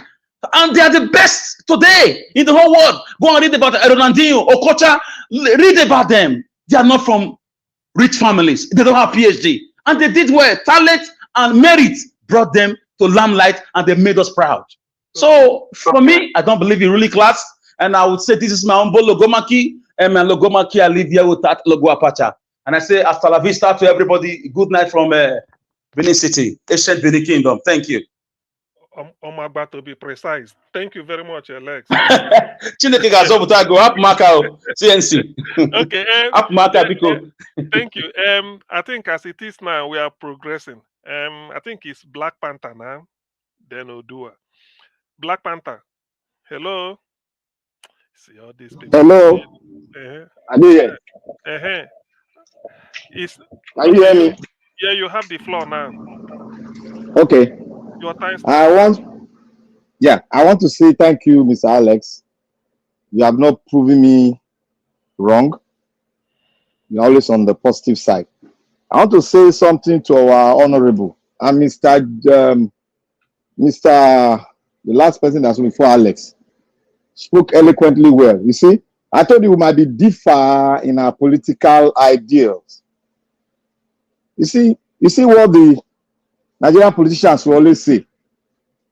If they want to push problem out from the political party, they will tell you it is the people. What he just spelled out here is I did not concur with it. That is cannot be acceptable in a political scenario, in a political where you sit down to discuss about politics all around the world. It can never conform to read that it is the people. No.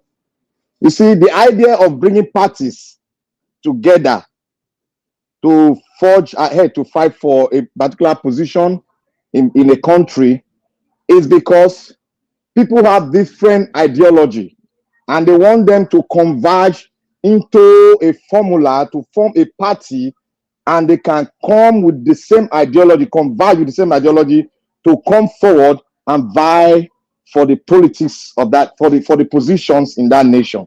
That is the main objective of the political parties, people that come together with the same ideology. It might not be 100%, but it can be up to 75%. That can go.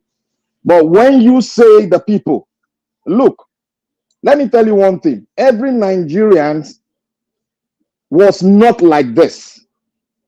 If you want to lead us to history, and you cannot subject or take out the political party, because the political party is the bane of our is one of the main things of our democracy. Without the political party, there's no democracy. And without the people, the party cannot be formed. People that have the same like mind. And the reason why we say it's a political party is well stated. Because you go to a political party because you believe in the ideal. And when that ideal is in you, you fall into that political party and go ahead. And when you say it is people, that cannot be you cannot put that in a subject to now eradicate the problem of the nation that is being constituted by this political party, because they have ideal and they stand by the ideal. I want to remind you, when PDP were having problem, they came together, they said it's a family problem. That's to tell you there's something in common, they have in common that is bringing them together. That is why they agree and concur. And it happens again.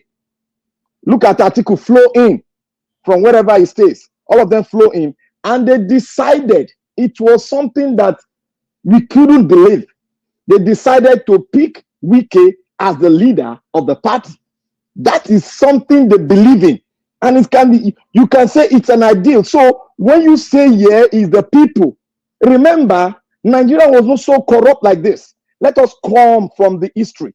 It was Babangida that established the ideal of corruption in governance, which we all know. And that led to the 419 saga in Nigeria. So when you drag it down, the Nigerian politicians came in and they saw that they can continue that trajectory of corruption and divide and rule. So when you subject the people to this advocate that say is the people, it cannot be taken in the political arena, and nobody will subject that, would like to take it as something you can put into a political forum where you can argue it out. That That is non-void. We cannot take that. That is not a thing you can come and argue here. Like I told you, we can differ politically, but your mind is okay. But don't set that terminology here that is the people in order to bring in your candidate. No. Your candidate believe in the ideal. That's why they have a constitution. And if follow, you looked at it, he nurtured on it, he mortar on it, and he decided to follow that path. That is it. And that is how to choose a political party you want to follow. In a good serene. That is how you choose a political party you want to follow. So when we say the political party are the bane of Nigerian problem, you cannot argue that out. Because they're ruling the people. It is what they have, they give to the people. And they come with corruption. They come with nepotism. They come with diversional activities. And that is what they give to the Nigerian people. You cannot subject the Nigerian people to that ridicule. You cannot sit on that trajectory to work. No. No, in academic terms, you cannot do that. What you should do, you should look, when I have given the secret to our honorable doctor, I have given him the secret. If he walk through that secret, he's going to find a way out. But you cannot subject Nigeria to that ridicule, Nigerians, that they are the bane of the problem. It is the problem we got from the Nigerian politicians on different platforms. That's the political party. That is what I want you to see. And you cannot drive that truck that is held by the Arewa and drive it into Nigeria and say it is the people. No. We cannot take that. That you can go through that route, but I cannot stand that because that cannot be argued in the political terrain that it is the people, because you have already had a political party which everybody can fall into and sell its ideal to the people. So you cannot, when you corrupt the people, when you corrupt some of the people and you now say the problem was the people, that is, it's like you are trying to put issues that they don't belong to the people. No, you cannot solve it. We are all academicians here. And I want to say, Mr. Jonathan, you are not being fair. You are not being fair at all to the people that are supporting Aswen. Let's be very Jonathan Black. You're not being Jonathan fair. Black, you're not fair. Yeah? It's okay.